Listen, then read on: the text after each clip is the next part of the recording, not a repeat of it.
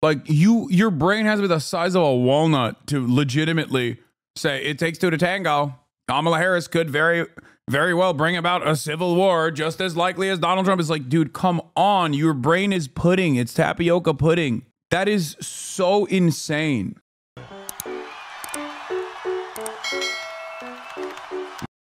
And a lot more to cover today. So companies, politicians will use some kind of special interest, and you can run an ad for any product you want, which is the crazy thing. Well, yeah, this is what Trump is doing with his watches, right? Like, I'm going to sell 147 watches at whatever it was, 10 grand a pop. And it's basically a way for people to launder money to him, because it's like, all right, I just bought a watch. And that's basically it. And so he knows. You're allowed to buy watches. I mean, maybe we should regulate politicians selling products during elections. I think that would be a great idea, and maybe while they're president as well. But I know I bought his shoes. What's that? I bought his shoes. We were skating in them. Let's talk about like abortion or something. I don't know, or Israel. We can talk about Israel if you want. I mean, I'm of the mind of, what we're doing is obscene, and I'm unhappy about it. And I feel like we have two options. One is horrible, and the other one's worse. I agree. In terms of these governments. I mean, do you think we should cut off funding, pull out, and just be done with it? Well, I think that we should condition aid to Israel. I mean, I think that we should, if we have leverage in any type of situation, we should exercise that leverage. In terms of Ukraine, we had a treaty with them when they gave up nukes in '93, saying that we would protect them in the event of was it a treaty? Russian aggression? Well, or an agreement.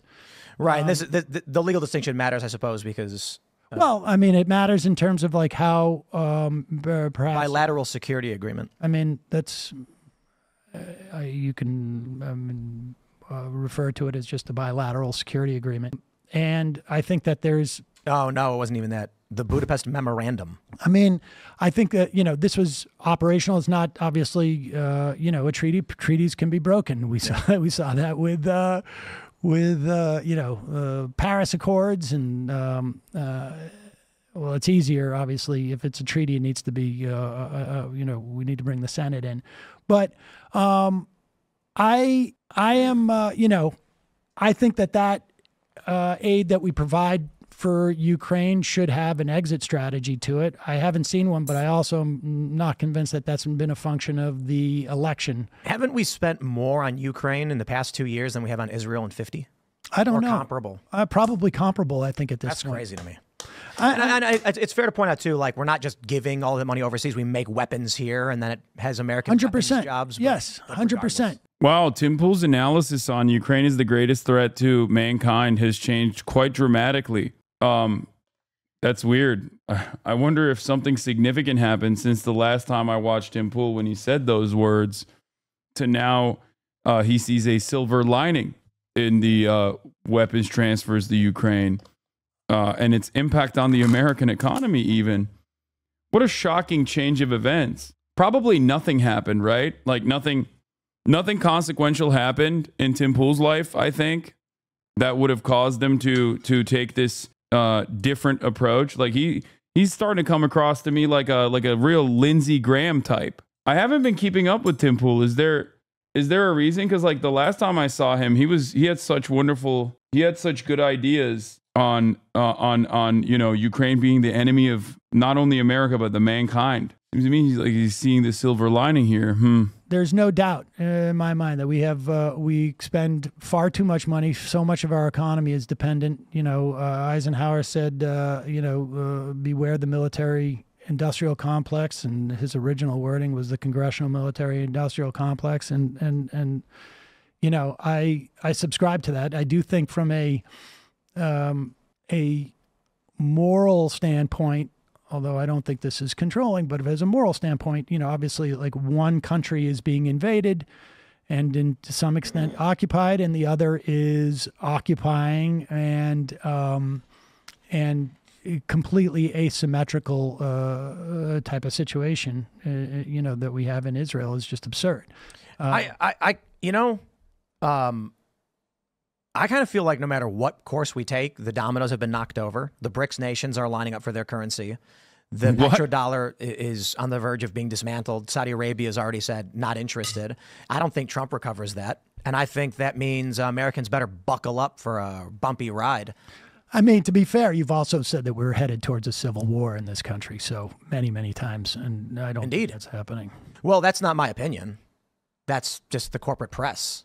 I think it was it's not your opinion that we're headed into? Oh my god! Oh my god! I accidentally snorted a piece of chicken into my nose. That's not his opinion. I think Tim Pool has talked about a civil war being imminent more than anything else. Like, if there is one way to like summarize the most consistent talking point that Tim Pool has repeated over and over again, it is the fact that it's happening, and it's happening right now, and it's going to happen tomorrow, and it's happening yesterday.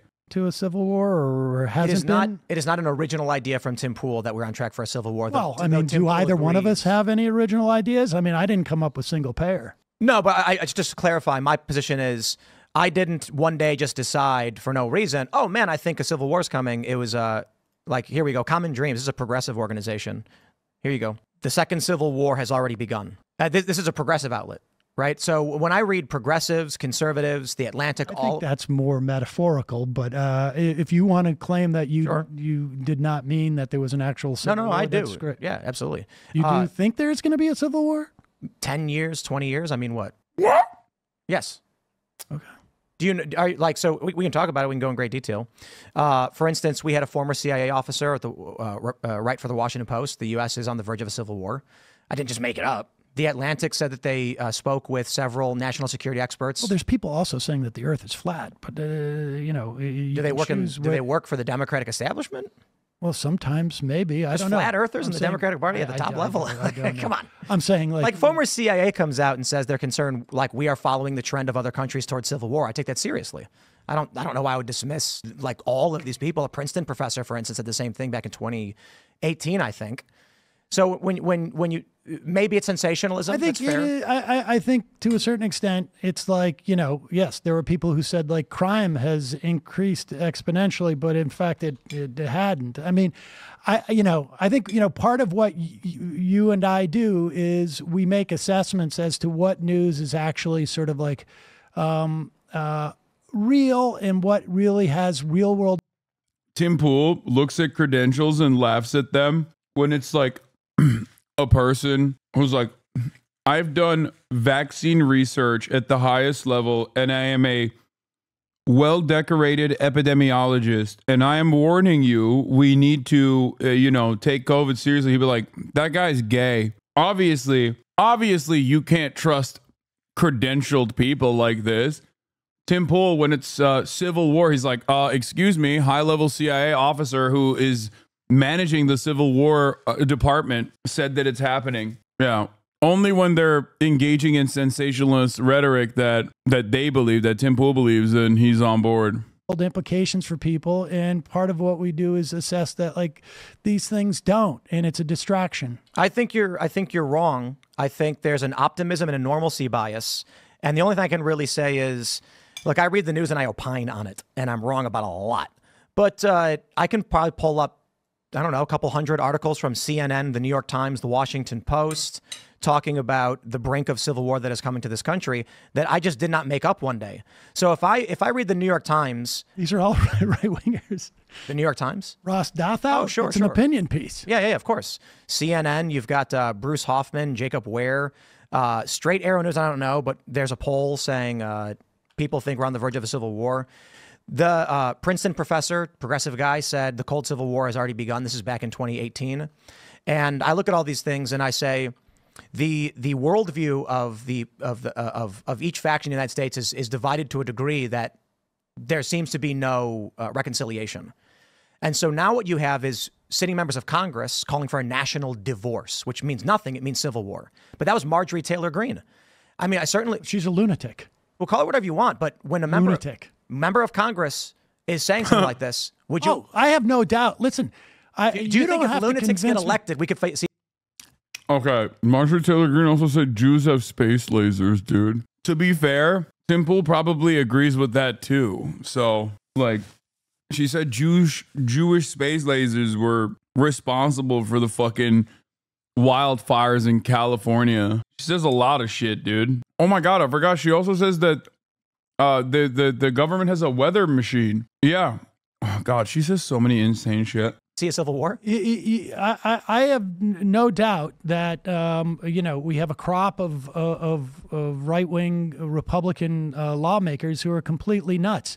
I think that what about January 6th? What about January 6th? Do you think a January 6th type event could result in this country reaching civil war? You mean had they been successful? And let's just to kind of depoliticize it. Let's say January 6th, 2025. Politician X wins. It could be whoever. I don't know. Let's say let's for the sake of your politics. Let's say Trump loses, and then Trump supporters storm the Capitol once again. This time taking Do you really think? Wait a second, because this is really an important distinction. Do you really think that the likelihood of a mass of Democrats, Democratic voters, would go in and attack the Capitol in the way that you mean like they did on May 29th, 2020? You're talking about like BLM? When they firebombed the White House and forced the president to an emergency bunker and set fire to St. John's Church, injuring hundreds of police officers? Oh, you're talking about the protests out there? You mean after there was a peaceful protest before the cops moved in? Regardless of why it happened. Well, like, do I think the far left will firebomb the White House? They did 4 years ago. Wait a second. One was an assault. Dude, there is something so funny about the president at the time in his lame duck session refusing to follow regular process and creating an insurrection, albeit a very funny one, because it was the most like diabetic insurrection of all time. Comparing that to like mass protests all around the country that the Democratic Party actively was like renouncing at the time. Or, I mean, denouncing at the time. It's just like, I will forever fucking say January 6th was funny, because it was.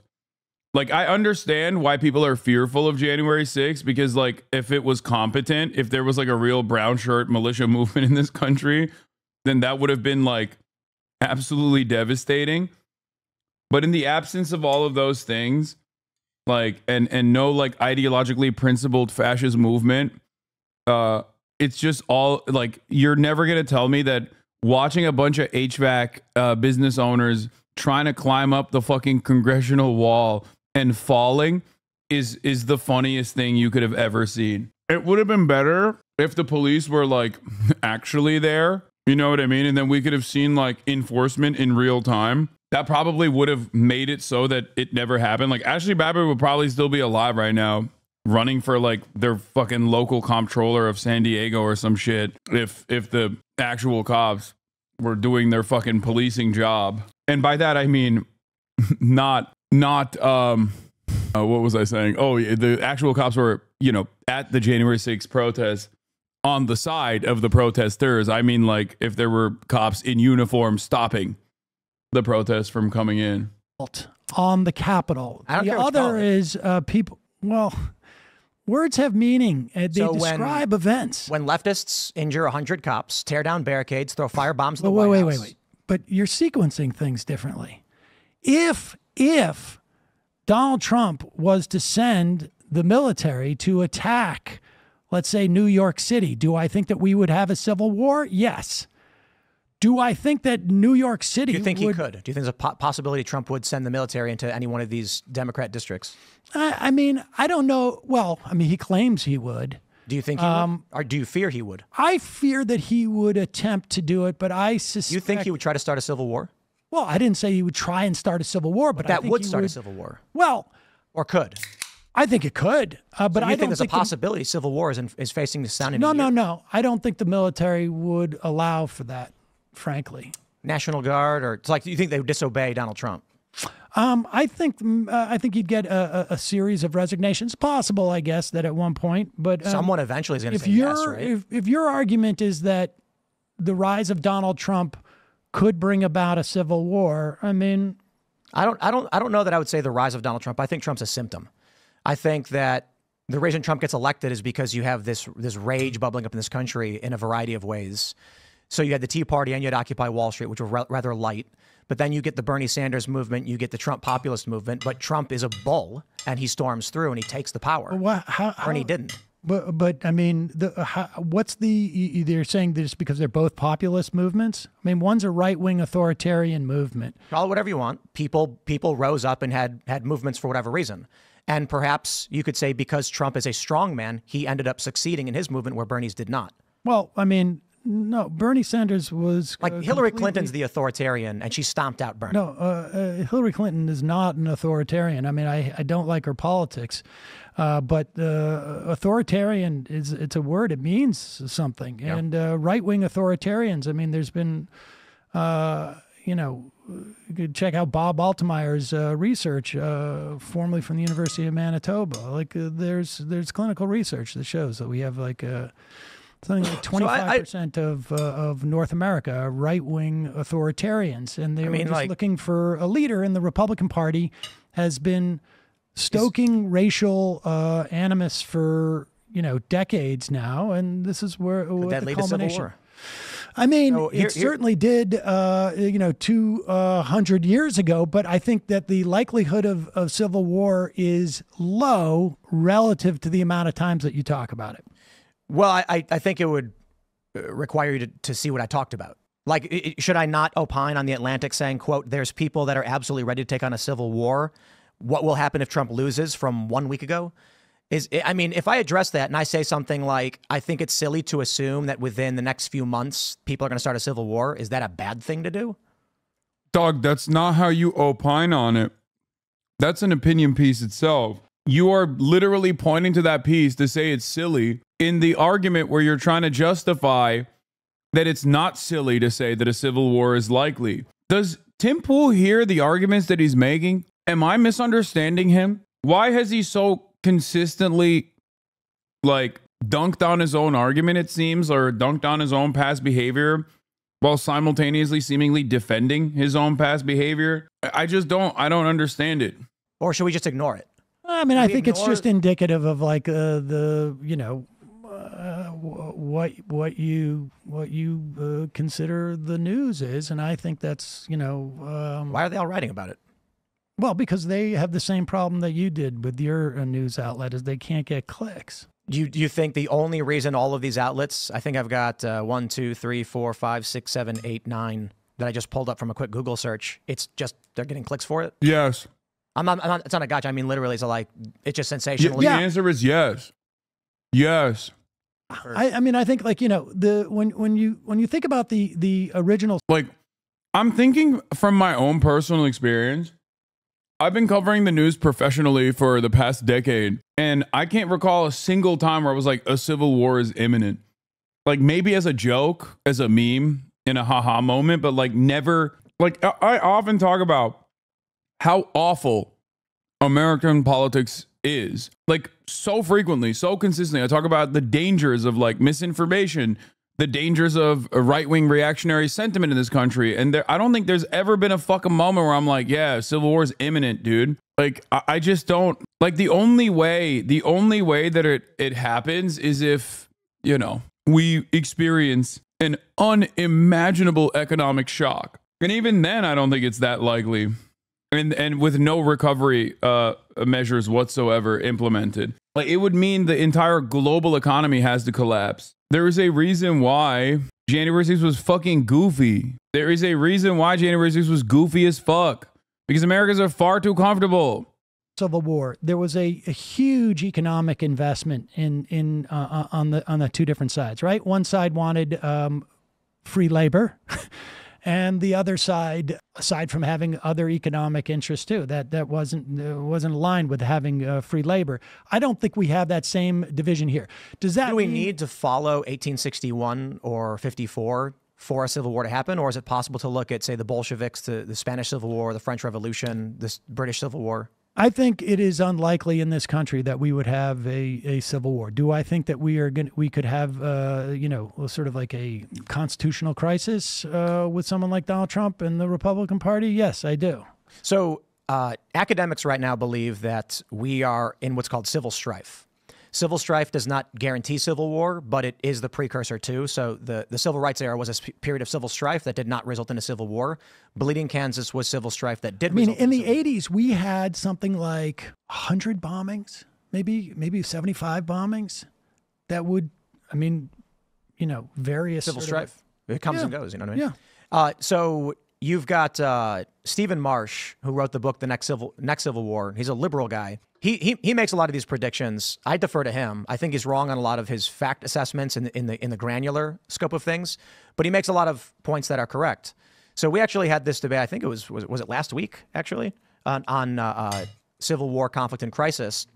And one of the things I often bring up is people try and look at the 1861 Civil War as if we must follow that trend for civil war to occur, when in fact, it's rare that you actually get civil war in that. What would you do to stop this civil war? Tell people not to do it, to go out and vote, to believe in the system, to vote for who you think is going to help bring accountability to this country, denounce and reject violence. You think there's no difference in terms of the parties as to which one could bring about that could bring about a civil war? I think both parties hold the potential for it. Do you think that like Kamala Harris would, you know, takes two to tango?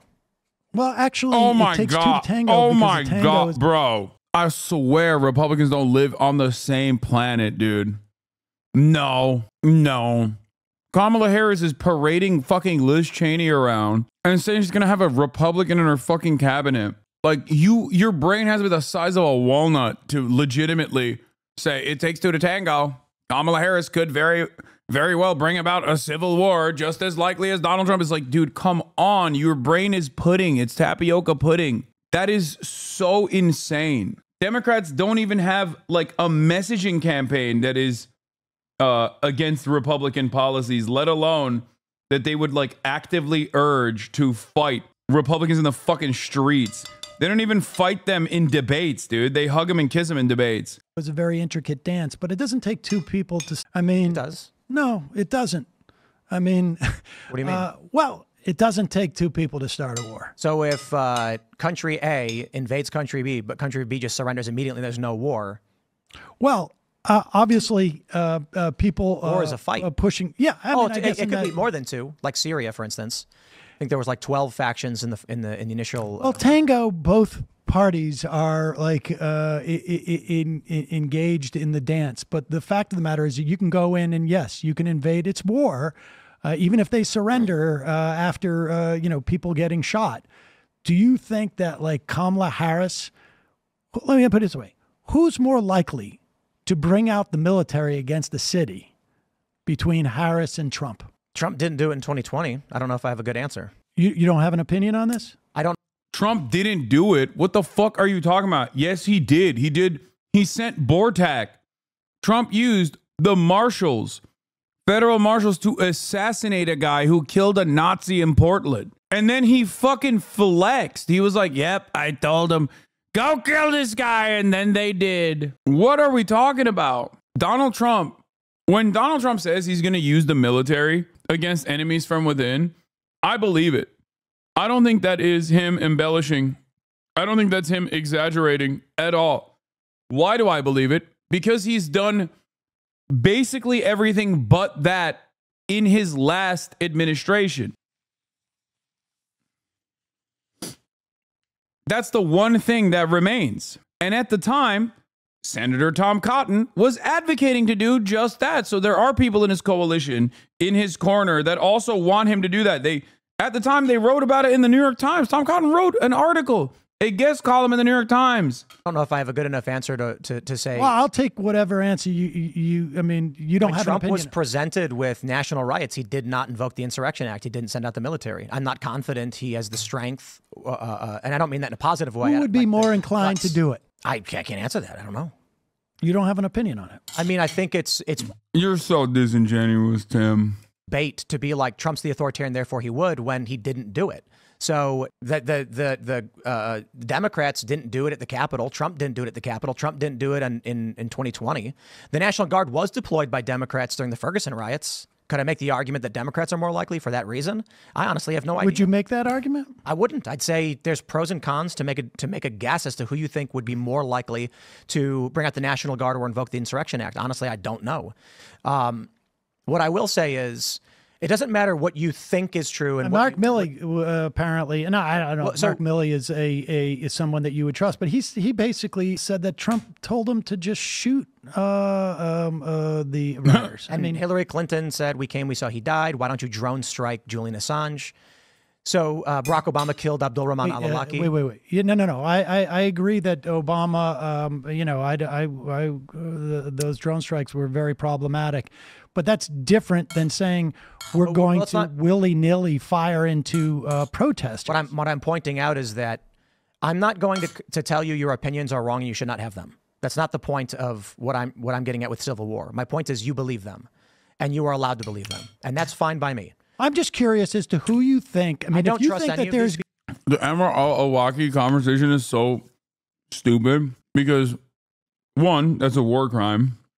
Okay, it is a unimaginable expansion of the powers of the presidency, and it was straightforward a war crime, an extrajudicious killing of an American citizen in the hands of the American state, which is what Obama did. The thing is, Donald Trump killed his sister. So what are you saying right now? Like everything that you could point to with respect to Hillary Clinton or Barack Obama, who I actually, was it his daughter or his sister? No, Donald Trump killed the same person that Obama killed, his immediate family members.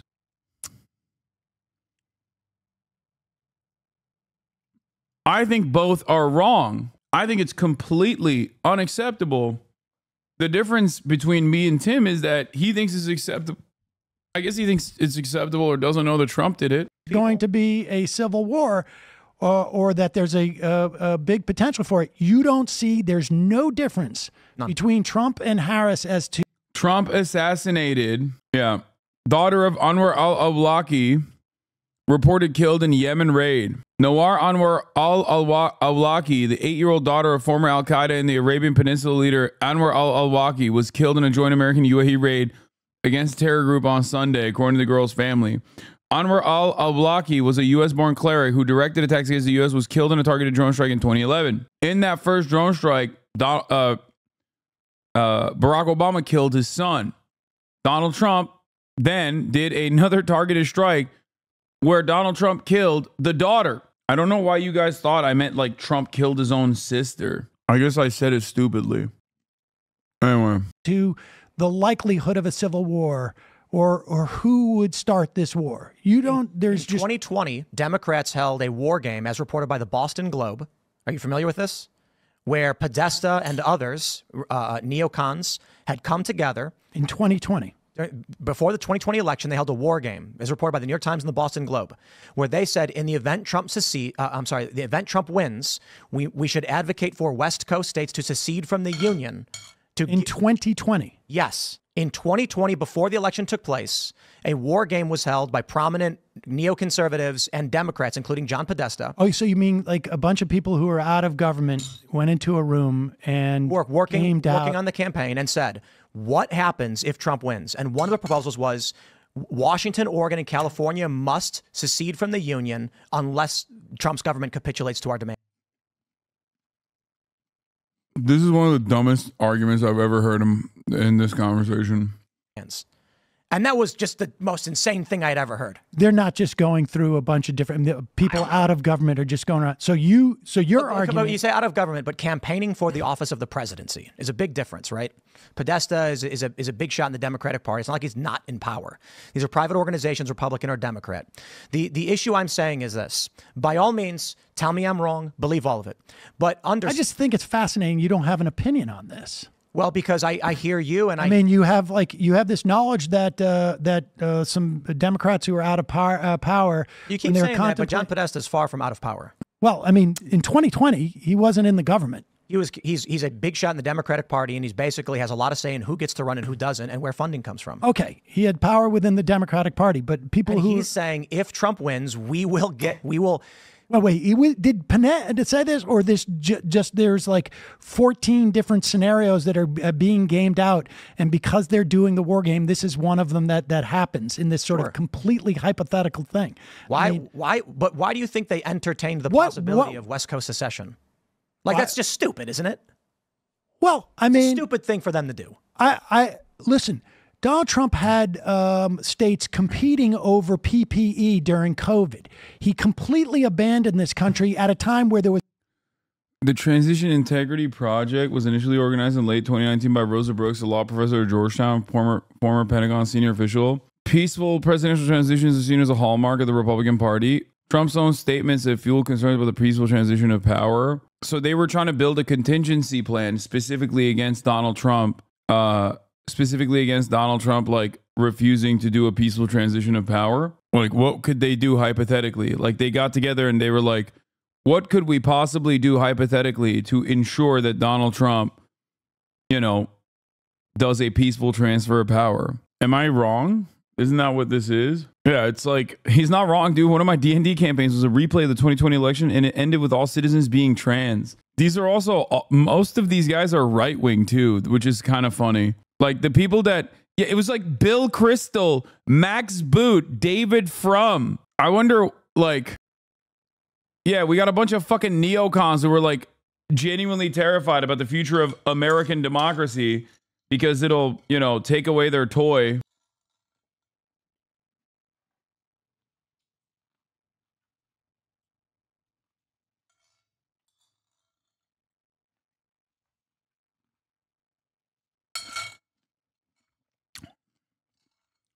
Good thing most of those guys are now completely firmly within the Democratic Party and have captured the Democratic Party entirely. So, was a once in a lifetime crisis. And what if Trump steals the election? To the extent that if Trump steals the election, what do you think would happen? What do you mean by steal? Let's say that Kamala Harris wins the popular. Here's a scenario that's playing out right now. Mississippi had a lawsuit. Fifth Circuit Court ruled that ballots received after Election Day, even if postmarked before, are illegal to count. This would have to go to the Supreme Court for final adjudication. But one scenario that is potential because of this is that Donald Trump is winning on Election Day. However, mail-in votes have yet to be counted, of course. This is what happened in 2020. Then, when those votes come in, Republicans sue, going to the Supreme Court, which you believe is right-leaning, and the Supreme Court says... Wait. I believe it's right-leaning? Do you not believe it's right-leaning? I'm not making a point about my or your belief. I'm saying... You said you believe it's right-leaning. It's right-leaning. And I will say, as you have stated, the court is right-leaning, okay? Thank you. So my point is this. If Kamala Harris is losing on Election Day, but it is perceived that she will win when mail-in ballots come in the following day, but the Republicans sue, citing the Fifth Circuit Court. It goes to the Supreme Court. The Supreme Court rules all of those votes for Kamala, which would give her the win, are out. Trump is now the president, despite losing the popular vote and the Electoral College. What do you think happens? Well, we have a model for this. It was the year 2000, where all of the legal establishment was shocked that the Supreme Court intervened and prevented Florida from counting all the votes. And to the extent that we, past performance is no guarantee of future performance, but fighters, tankers, and long-range bombers of the Middle East. Joe Biden has to be a sleeper for Trump, I swear to God. So B-52 bombers are, the big Monty. What's the saying? If you see a B-52 bomber, don't worry, you're not the target. I mean, I think there are a smaller, or no, that's the B-2 bomber. No, not B-52, sorry. B-52 is still, Secretary of Defense Lloyd Austin ordered the deployment of additional ballistic missile defense destroyers, fighter squadron, and tanker aircraft, and several U.S. Air Force B-52 long-range missile bombers of the Middle East, the Pentagon said. These forces will begin to arrive in coming months as the USS Abraham Lincoln Carrier Strike Group prepares to depart. I guess it is a response to the Israeli intelligence suggests Iran is preparing to attack Israel from Iraqi territory in the coming days, possibly before the U.S. presidential election, two Israeli sources tell me. I didn't realize when Elan News sent this in, I didn't realize it was Israeli sources claiming that. I thought it was actually Iranian sources saying that because they usually spell out their potential targets ahead of time. So If it's Israeli sources, then this might be something different. Nothing burger. There will not be strategic bombers flying over Iran. These things are about as vulnerable to air defenses as can be. Posturing and training rotation. B-2s are the real thing. And they fly out of USA, not the Middle East. B-52s are not really used against people who don't herd goats. I saw that my uncles are fighting after this combo. I know. It hurts my feelings. The Democrats basically stood down. Do you think Democrats would just stand down and let Trump come in? I think I would be surprised if there weren't like a massive protests, and I think we would see states attempt to get more progressive and become more sustainable and not rely on the federal government as much. Yeah. What if Trump sends in the military to start rounding up illegal immigrants? Oh, I think that's going to be really, really ugly. In addition to being like a you think horrible, if horrible troops are putting people on economy. buses and trains, the Democrats will just stand by and say this is I mean, if the Supreme Court basically says it's okay to deploy the military in the United States, I think that could be a problem. Now, you've just given me that scenario. Would you imagine Kamala Harris doing the same thing? Do you think that she would send the military to deport 11 million people? No. She said she wants to recently. She said people who enter illegally will be quickly and immediately removed. Oh, I was still on the political violence thing. I thought she did say that. Tim is right on this. Moved. I think. Well, of that 11 million people, 80% of them have been here for over 10 years. So, so how is it where you can so easily work up a scenario where Donald Trump instigates a civil war, but you can't with Kamala Harris? That you think they're the same? Why did you say I couldn't? All right, well, give me one. So first of all, I don't really put a lot of weight on Kamala Harris. Right? She wasn't elected. The Democrats voted for her, so she was. Well, I mean, it's either going to be her or Donald Trump as the president. So with Trump in office, Trump is screaming at the top of his lungs, telling people what to do. With Kamala in office, she's surrounded by intelligence officials, military officers, and what we've seen thus far is the arrest of lawyers, the arrest of lawyers. Donald Trump's lawyers were arrested for what's her face? Wait, is he talking about like? Yeah, Donald Trump's lawyers have also literally distanced themselves from Donald Trump because they almost got caught. Is he talking about Sidney Powell? Please tell me you're not talking about Sidney Powell. That'd be pretty funny. Or Rudy Giuliani. Donald Trump's own personal lawyers in the classified documents with obstruction of justice case literally had to recuse themselves and actually stop being his lawyers because Donald Trump was trying to use them to hide documentation, to hide classified documents after the state had already figured out that he had classified documents. And he was just lying to them for no fucking reason. So this doesn't mean anything. It just means that like Donald Trump does often try to use his own fucking lawyers to do illegal shit, which of course there is a limitation to the attorney-client privilege. Like you can't, Donald Trump's former lawyer, Michael Cohen, literally went to jail. You can't use your lawyers to do crime, dude. That doesn't mean that the state is wrong. Jenna Ellis, was that her name? She got charged with RICO for simply being Trump's lawyer. Really? That's did it hold up in court? She ended up, I think she pleaded guilty. She ended up crying on TV, apologizing for having done it. Yeah, now she's like anti-Trump too, isn't she? Am I crazy? Wasn't I on a fucking panel with this lady? By the way, I just realized I've been in direct contact with not one, but two of Donald Trump's former lawyers that got into legal trouble because of their dealings with Donald Trump, which is wild, you know? Why does he have so many fucking lawyers that are constantly getting into legal trouble? He's burning through them. They included her in RICO because she filed paperwork on Trump's behalf for his election claims. Oh, because she knew they were false. No, I don't think that was what she was charged with. She was charged with RICO counts 1 and 2, which was participating in a conspiracy to defraud the United States. And so the issue then becomes, if you're a lawyer and you are retained by someone who says, here's the argument I want to make, and you go, okay, then they criminally charge you for it. That's a huge step over the line. Well, if you're involved in fraud, then yes, that's always been the case. If you're not, is this the first time that a lawyer has ever been subjected to something like that in a fraud case like that? Not sure, but it's other lawyers that got charged too in Wisconsin. So it's you know what? By all means, Sam, But wait. But go ahead and tell answer them she deserves it. Say she deserves it. She deserves it. Okay, now, what do you think Trump supporters will respond with when they see Trump's lawyers, former staffers, Navarro, Bannon being put in prison? Certainly, supporters don't like, people being going to jail. But I mean, why didn't Merrick Garland go to jail for contempt of Congress? Why didn't? Dude, what an insane fucking line of reasoning. Does Tim Pool not realize that a lawyer cannot legally participate in a crime?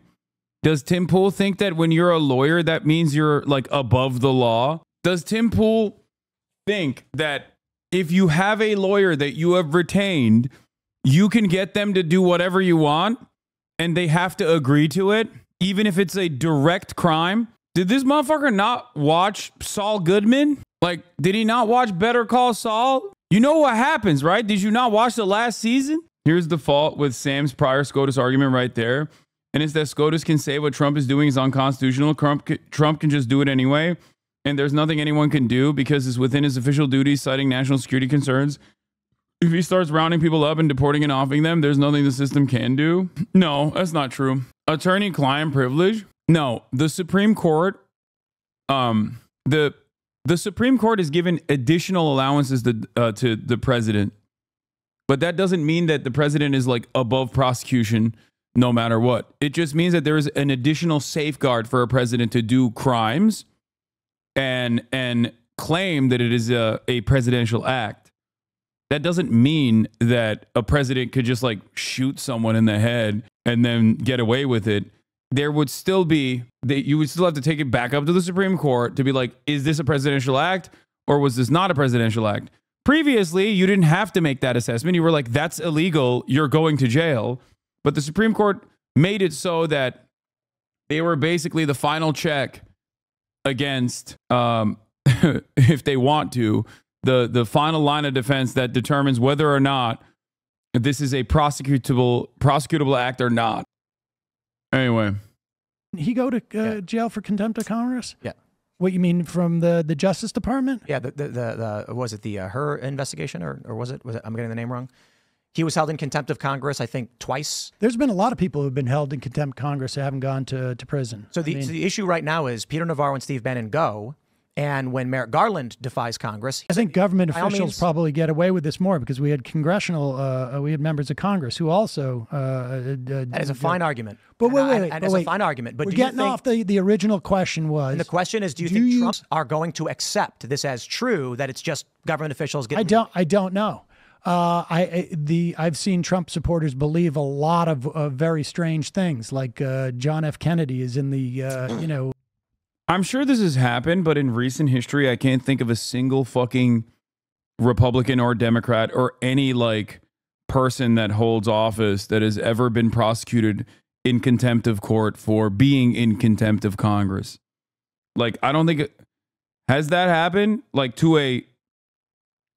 I can't remember. I'm sure there might be. And I'm certain that it's probably happened throughout history, but I don't think that it's happened in recent times. Like, Steve Bannon is not a elected representative, chat, or even like an appointed person. Steve Bannon is a fucking random nut job. What do you mean, Steve Bannon? And also, we're talking about contempt of Congress. That's what Tim Pool brought up. Tim Pool brought up contempt of Congress. Like, why is Merrick Garland not in prison for being in contempt of Congress? Like, as in not showing up to a congressional hearing.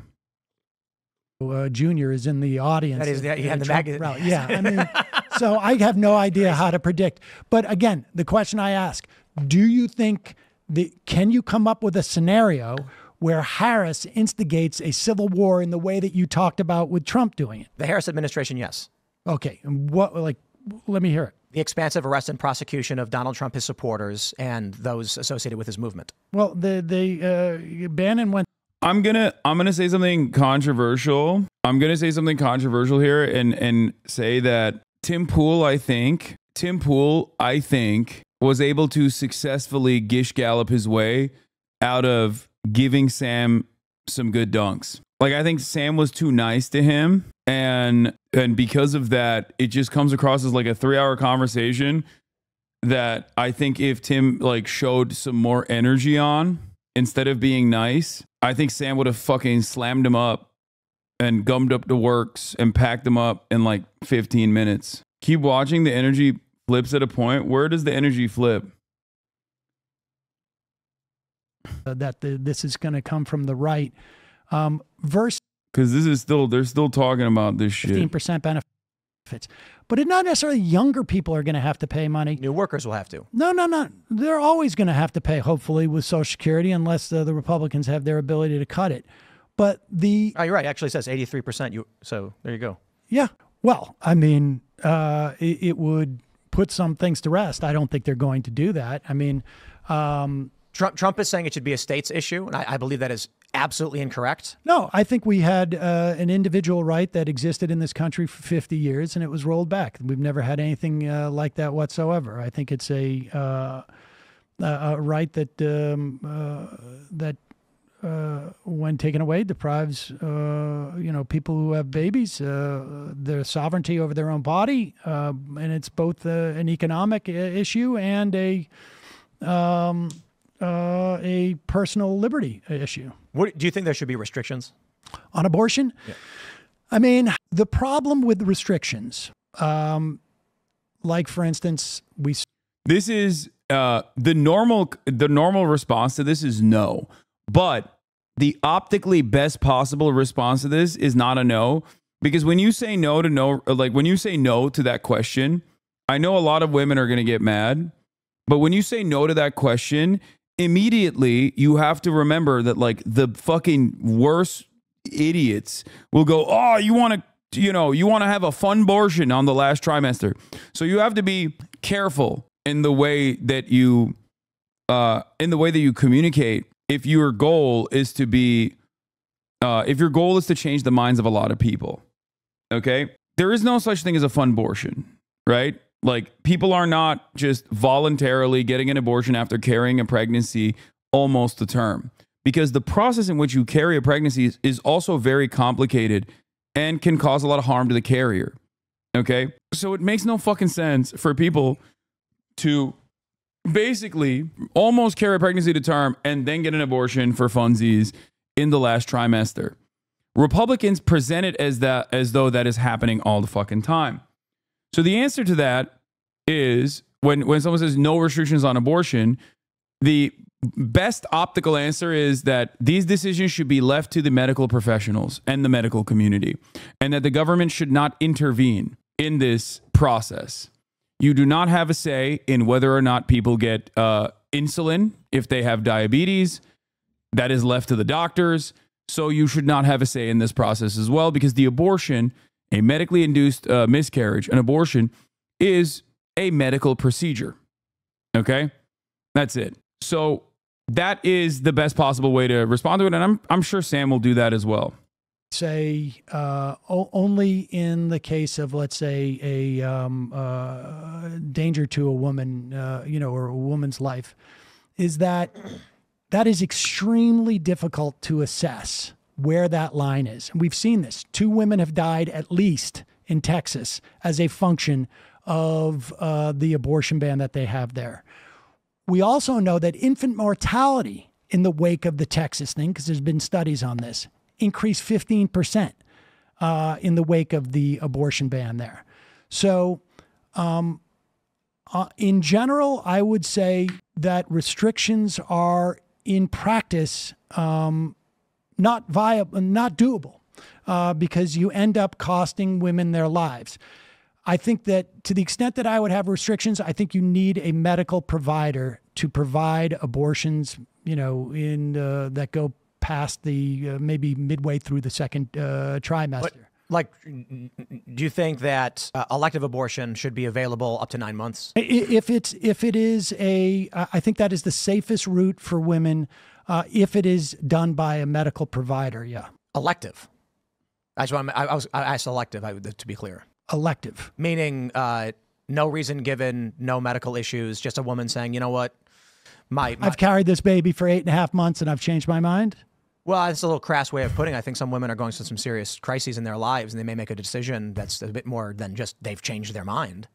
Like, for instance, where a woman is being battered by her husband, and then she realizes at month 6 that if she has this kid, he's going to continue to beat and harm the child, and she can't stay with him or something. Well, I think, like I'm not going to assess people's reasons for having an abortion. It's not really my business. But I think that having restrictions ends up. But morally speaking, just because the innovation is now easily accessible and available, does it make the act right?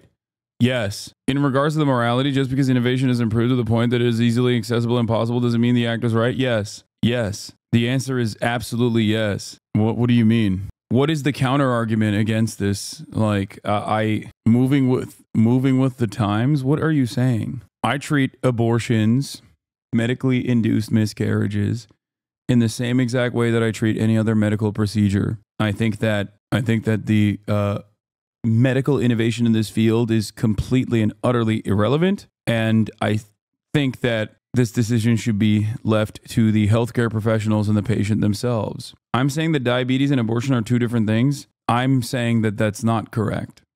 It's up to you to tell me why it's a different thing. They are both medical procedures that save the life of the carrier, that save the life of the person. Like, it's medical intervention that professionals have decided is the appropriate response. Not only is it that in circumstances most things are allowed, so yeah, you're right. Wait, what? Okay, so what, you conceded? I don't understand. All right, I guess cool.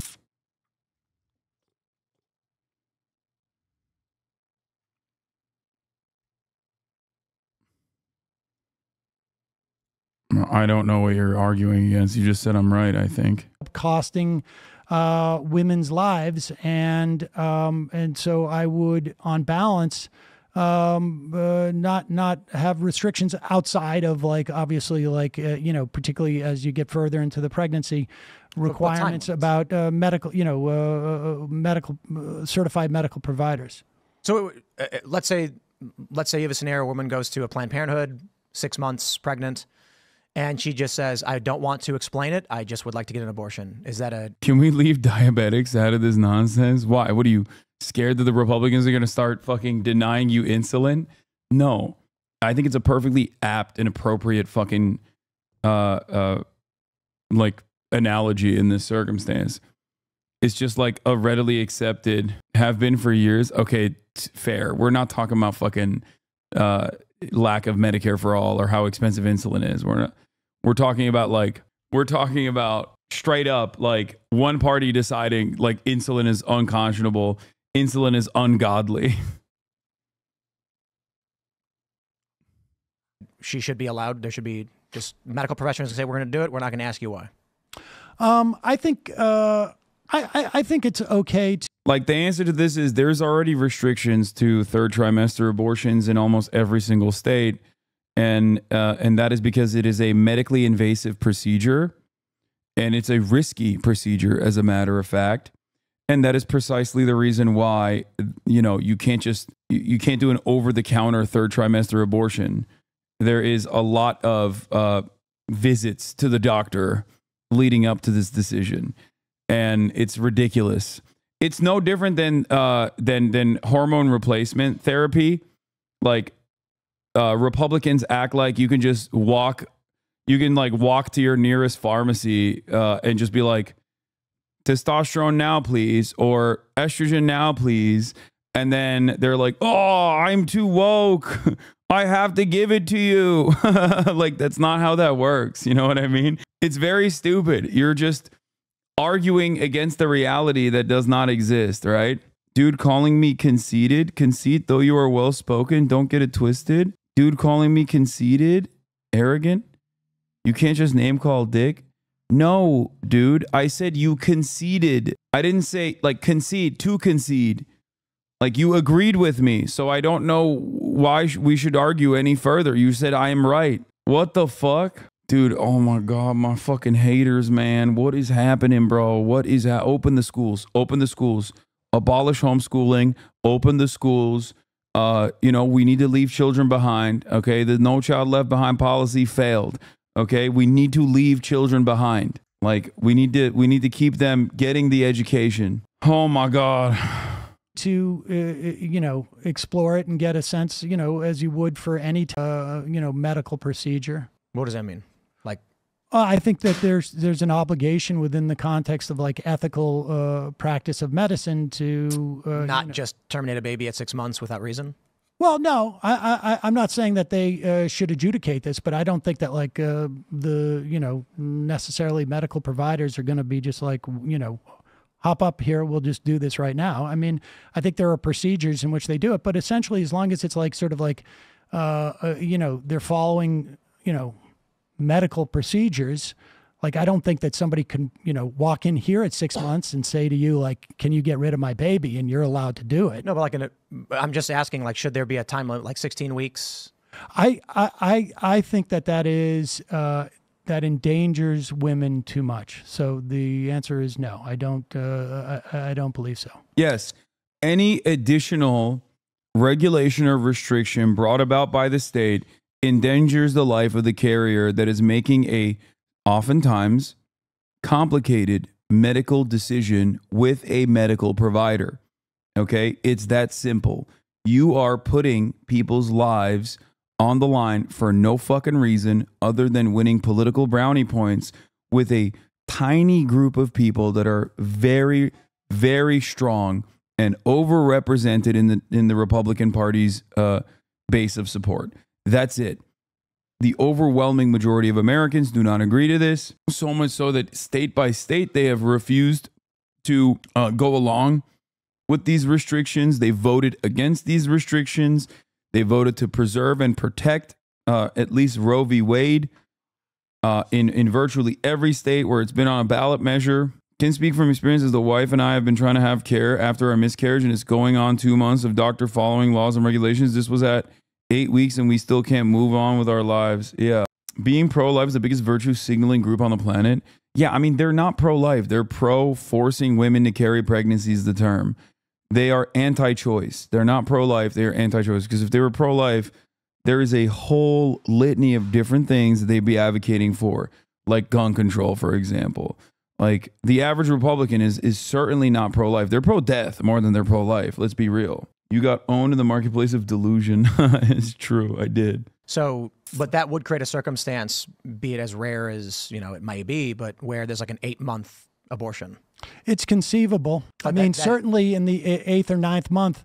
I mean, here's the thing. In the 8th or 9th month, you can, you may find that like the overwhelming majority of third trimester abortions are being done, like damn near every single one are being done to people that have already chosen the fucking like baby crib. You know what I mean? To people that have already, to couples or to parents that have already like decided on a name for the child. This is a medical intervention. It is a medical necessity. Okay. And it is an invasive surgery. It is an invasive surgical procedure. Okay. 90% of abortions happen in the first trimester, and it's as uncomplicated as taking a pill. Okay? It's much simpler than you would think. But in the extreme rare instances of a third trimester abortion, I can't begin to explain to you how fucking rare this is. All right? This is a already psychologically traumatic experience because in virtually every single one of those cases, they want to carry the pregnancy to term. So you're basically shutting off or adding unnecessary complications to a family that have wanted to have the child, okay, and now can't have the child for one reason or another, usually some serious harm to the fucking carrier, or it's like stillbirth or some shit like that, okay? And they're trying to get this medical procedure, and now Republicans are like, sorry, we've decided like you can't do that. Okay, now you're fucking killing the carrier. You're killing a woman, okay? Why are they so obsessed with abortion? I'm from outside the U.S. Is it to make sure the white population does not reduce? I think a lot of it has to do with controlling what women can and can't do. I think it's like a way to try and like punish women into behaving in a more like tradcath way of life, only have sex to procreate, like do not have recreational sex, that type of shit. America is very puritanical. Isn't it weird we have to debate about whether certain medical practices should be allowed just based on vibes? Yes, it is weird. It is fucking weird. It's really, really weird to me, at least. Like, Rainy draws a lot. Thank you for the 25 the subs. I don't understand it. I think it is, to me, there is virtually no difference than like Republicans being like, oh, we've decided we're all Christian medicalists now. You know what I'm talking about? Like Christian scientists, Christian medicalists that believe that you need to pray every fucking ailment away. Like if you have an illness, you just pray it away. You can't do like real medical intervention. And they've just, like, if the 30% evangelical base within the Republican Party just like decided to lean in that direction, and then the Republican Party responded by nationalizing a Christian medicalist approach, and then started genuinely stopping the process of just like doctors operating. That is what this is. And it sounds fucking insane when I, make an analogy like this, but that is what's happening with abortion. That's what's happening with fucking trans care. Like, that's literally what is going on. It's all about enforcing a certain standard of life that 30% of the nation, many of which don't even fucking uphold themselves, but like 30% of the nation wants to enforce upon the rest of the country. And it's very, very insane. It's very conservative, it's very reactionary, it's very stupid, but it doesn't matter because, the Democrats have to concede the Republicans, and the Republicans love conceding to the most primal, most barbaric nature of the most active base of support. We are held hostage by some of the fucking craziest people in this country. Yeah, 0.02% of all abortions happen in the third trimester. That's 1 in 5,000. And in those final 13 weeks, it just becomes more and more rare because, like you said, at that point, the people want to carry the child to term. Yes. The child is going to not be viable. But we're not talking about that. We're talking about elective. Like I'm specifically trying to ask about that. But here's the danger, though. Like, and this is what I'm talking about. Why you have women who have died in Texas, and there's probably a lot more that we're not aware of, is that imposing these restrictions is not like there's no like bulb that shows up when you say this child is One thing about Kamala is I will never believe a male politician really gives a fuck personally about abortion, but I do believe her. I mean, the most famous female politician that ran on this issue was Hillary Rodham Clinton, and her fucking statements were also far more conservative than the average person. Last time he spoke about this abortion, there was a group on Twitter that shared this information packet, and I thought it was really helpful too, just FYI. Okay, I'm not going to 100% not viable, or that your life is 100% not threatened. Like, where's the threshold? Is it at 20%? If the woman's life is in jeopardy, it's 20%. And this is, a vague, a doctor doesn't have like some meter that they put on the woman and say, oh, okay, your life is at 20%. No, these are vague determinations. And when you impose these type of restrictions on, what invariably happens is women die, because in real life, not hypothetical world, in real life, the doctors are afraid of crossing a threshold where they could get imprisoned, or they could lose their license, or, conceivably the woman might too. And so I leave it up to a doctor and the patient. I don't know what constitutes even elective. Like, is it elective if there's a 20% chance I'm going to die? No. That's not elective. It's not elective. What about 5%? That's not elective. What about 1%? Wait, what? Okay, so Tim Pool wants unrestricted abortions because the likelihood that you will die while giving birth is higher than 5%. Not elective. Okay. If it's, what's the percentage? Does he not realize that, oh my God, Tim Pool is so fucking devoid of pussy that he does not understand this? Like, dog, how have you never thought about this? Oh my God. Oh my fucking God. You just agreed with Sam that there is no, oh my God. Dog, he literally got someone pregnant before you. I impregnated half of this chat's mothers, okay? Calm down. We know that elective is usually used to describe 0.5%. I've decided I don't want the baby anymore. Because we know that, there's always a danger of a woman dying in childbirth. And it's above zero.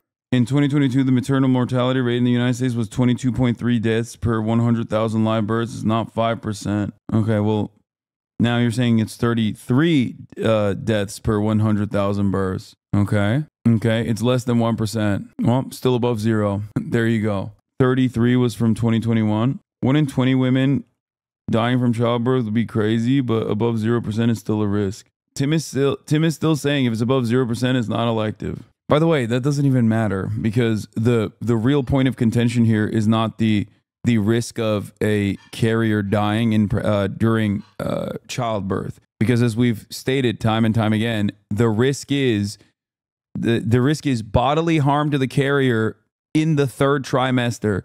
Someone getting an elective abortion in the third trimester is not getting it because they want to have it for fun. They wanted to see what it would feel like to carry a pregnancy to term and then fucking abort the fetus. So where? Oh, come on. No, we're trying to be reasonable, right? We want to solve the problem. We don't want to just say, "Oh, what's the problem?" Geez. There are conservatives who believe that if the baby is, well, for many, I don't even believe in IVF because even a fertilized, embryo is life. What's the problem? I understand. I bet it feels good as fuck for at least a second. No, I don't think it does. That there are religious people who don't like what I do, but what's the problem? The death of a baby. Well, I would contend that we're talking about the death of a fetus. And so the issue is whether someone determines personhood or not is a legal constitutional question that needs to be answered. For instance, in Civil War, they didn't think black people were humans who had civil rights, and that's. Oh my God, bro! See, this is like the vegan trope, Like immediately, it's like, well, we don't consider black people to be people during the period of the Civil War. What if it's the same thing for the fetuses? It's clearly the psychotic way to view the world. But you holding the view that an unborn child is or is not an individual who holds a view, whether they are or not, is an unanswered question at the Supreme Court level that I believe sooner or later will be answered. And they may make a determination that... No, it will not be. The moment that it's answered in the direction that Republicans wanted to be answered, society collapses. What, we just start offering fucking Social Security to fetuses in the womb? Like what? What if they don't make it? I think the other part of this story, and it's especially shocking to have this conversation in the aftermath of Roe v. Wade going away, is how you prosecute it. If you criminalize abortions, then what do? You have to criminalize pregnancy. You cannot criminalize abortion without criminalizing pregnancies. As in, you have to heavily regulate, heavily monitor every single person that's pregnant. You have to, for example, in this process, a pregnant mother that drinks a sip of wine, because you don't know how much wine they've consumed, is technically, in the eyes of the law, are they putting the fetus at risk? Are they putting the life at risk? If they are mowing the front lawn, should they get arrested? Ironic, of course, because the process in which you arrest someone physically and then forcibly detain them is quite traumatic, and therefore you're putting the fucking life at even more risk. What's next? You're going to fucking chain them to force them to carry the pregnancy to term in jail, chained up? You would need a team of prosecutors to fucking investigate every single miscarriage, which has happened, by the way, in this country. And the problem still remains. The fetus and its viability is left to the carrier. The fetus cannot live outside of the womb, especially up until the end of the second trimester, I believe, right? So what that means is that every single miscarriage, every single one has to be prosecuted like a death. Every single one. It's ridiculous. Small government, by the way. Small government conservatives, by the way.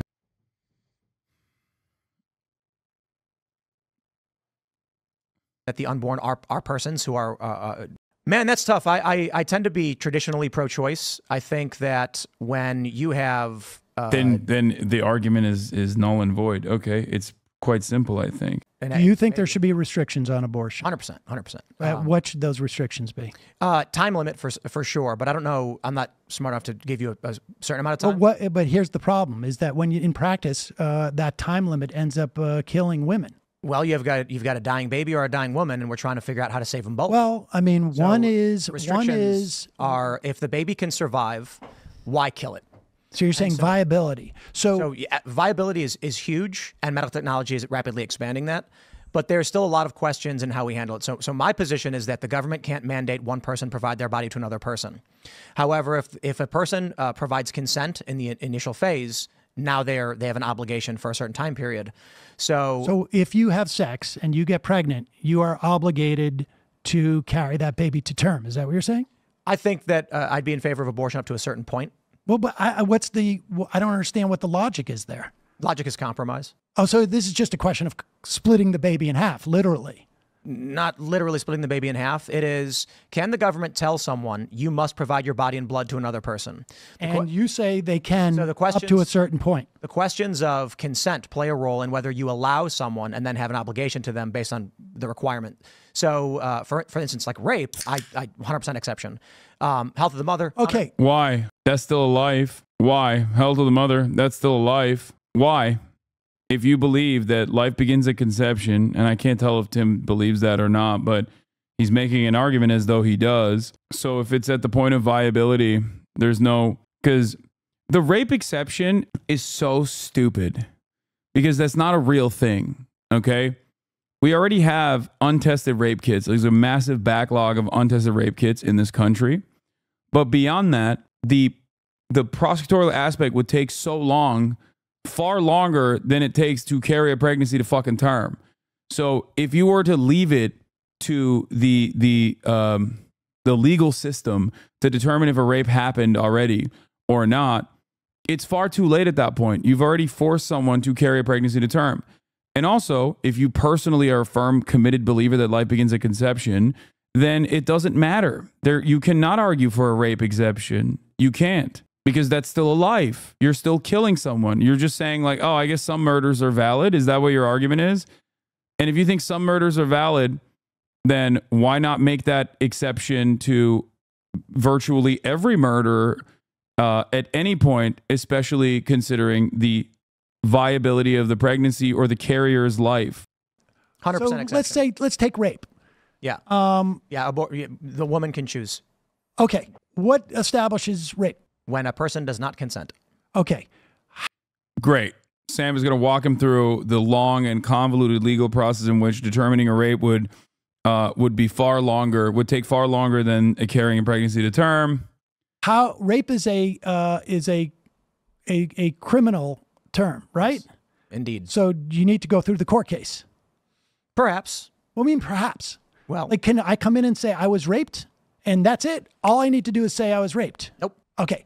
So you need to have a court case. No, I didn't say that either. There would have to be some degree of Well, you adjudication. keep telling me what you're not saying, but why don't you just say what you're saying? How do you No, establish? you got to calm down. No, well, how do you establish what if rape has taken place or not? So there's rape kits, right? And we can check for abrasions. And a woman who was raped certainly would want to get a rape kit done, I'd imagine. Well, okay. First of all, But if you're there's- asking- we know for a fact if you're that a asking lot of for- hold on, we know for a fact that a lot of women don't seek rape kits for whatever reason because too they're bad. afraid to. Okay, so if you don't get a rape kit, We have responsibilities to ourselves and to others. And sometimes those choices are very difficult to make. so If we're just the talking existence about- of a rape kit will establish that rape has happened. Why do we need court cases to establish that rape has I happened? didn't say we did. I said no. Okay, so So a medical professional a professional who assesses that a rape has occurred, I believe, is what if they go in largely too many sufficient. after after to get a rape kit? And then there's no evidence of a rape taking place? Yeah. That would be a restriction. Okay, so who makes that adjudication? If a rape took place, Yeah. the person administering the rape kit. So we would put rape kit people who are administering this and look at the evidence. And do you think it's just like completely binary? Do you think like when you get a rape kit, like this person has definitely been raped or this person has definitely not been raped? I think that we're dealing with something outside of the simplicity of I can go to court. It takes 6 months to a year to figure something out, which means there's a compromise. How can we come to the best determination to make sure that women are not lying, which I assume would be exceedingly rare, and we're actually going after the criminals? I do not think it's fair to put the burden on someone to perform an abortion without actually taking the responsibility of yourself and saying, look, victims have responsibilities and it's unfortunate that they're victims, but we're trying our best. So if you don't go, so let's say, for instance, like, I mean, I don't know if you've ever, and spent any time exploring the psychological and the sort of like social pressures on people to report rape. I mean, but you're basically saying that if you don't go and get a rape kit, if you think that Tim Pool's statement about how rape victims have a responsibility, a duty to come out and like place the emphasis on the victim of this heinous crime is shocking, I urge you to revisit why this conversation is even taking place. It's not that crazy for Tim Pool to make that leap when the underlying premise of his argument is that he wants to create unnecessary hurdles that get in the way of women's bodily autonomy. And this is not me being like a pussy male feminist. Like, that's just straightforward. That is what it is. You have a disagreement that no medical professional agrees with. You have a disagreement with the entirety of the medical healthcare community, the entirety of like researchers, medical researchers, academics that believe that this is a necessary medical intervention, a normal process, as normal as fucking insulin for a diabetic patient. You just simply disagree, and therefore you think women should not be allowed to get this process. Okay? My point is, the argument placing the emphasis on the victim in the duty of a victim to come out, the duty of a victim of rape to come out and report it is coming from the exact same place of people having a callous conversation surrounding women's bodily autonomy. It's victim blaming, but it comes from the same place of misogynistic sentiment. It's contingent upon the police department to assess this rape kit. If you go too late, is that who's administering the rape kit? Yeah. Yeah, this was also a fun little moment. Even after the arrest of a suspect, YouTuber Tim Pool calls the story of Ohio child rape victim a hoax. So I don't think he cares about it that much. It's not a doctor? No, I mean, they may have medical things. Well, I was talking about a doctor. She goes to the doctor. She says, I've been raped. They do a kit and they say, okay. And then she says, I would not want to have a pregnancy from this. Now, say, do you honestly, like, do you know how this works? It's not like it's preponderance of the evidence. I mean, it's like, so you're basically saying the doctor gets to decide. I am. You don't think doctors should be able to decide to give a woman an abortion? No, I think doctors can decide. Well, yes, doctors make healthcare decisions. Doctors cannot determine in the aftermath of a rape occurring whether or not that was a rape that occurred or not. Like, what are you talking about? And before you say rape kits, that's not what we're talking about in this situation. What if someone's a victim of rape that comes out months later and didn't get a fucking rape kit done? You know what I mean? What do you do then? Is the doctor supposed to behave like a fucking prosecutor on top of everything else and determine with accuracy? No doctor is going to also get their license revoked. No doctor is going to get their fucking license revoked by making the wrong choice on a potential 50-50 chance that this person actually got raped or not. What if it's determined after the fact that it was not a rape? In the instance where you have criminalized it, but you at least have some medical exemptions for rape. It just doesn't make any sense.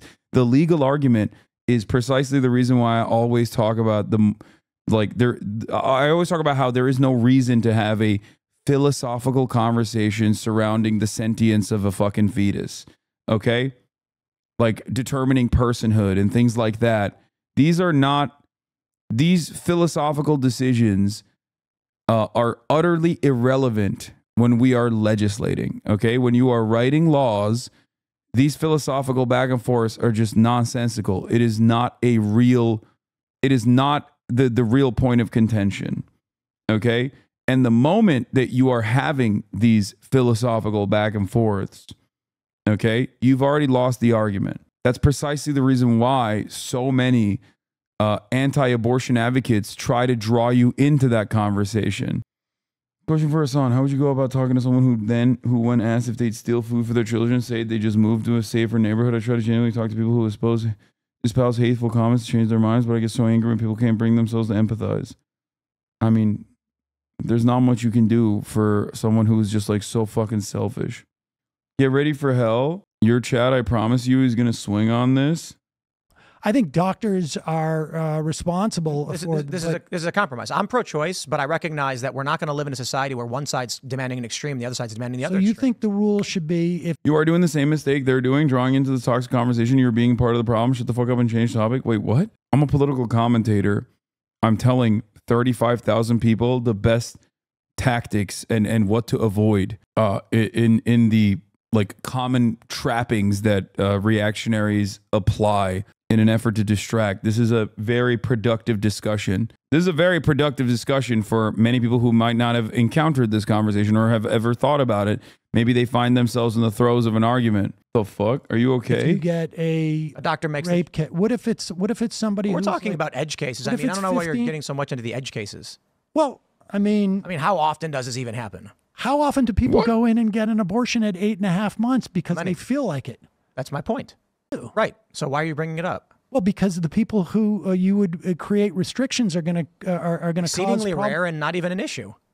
So then why would we have any restrictions whatsoever? Because what do you mean? So that babies at 8 months don't have their lives ended?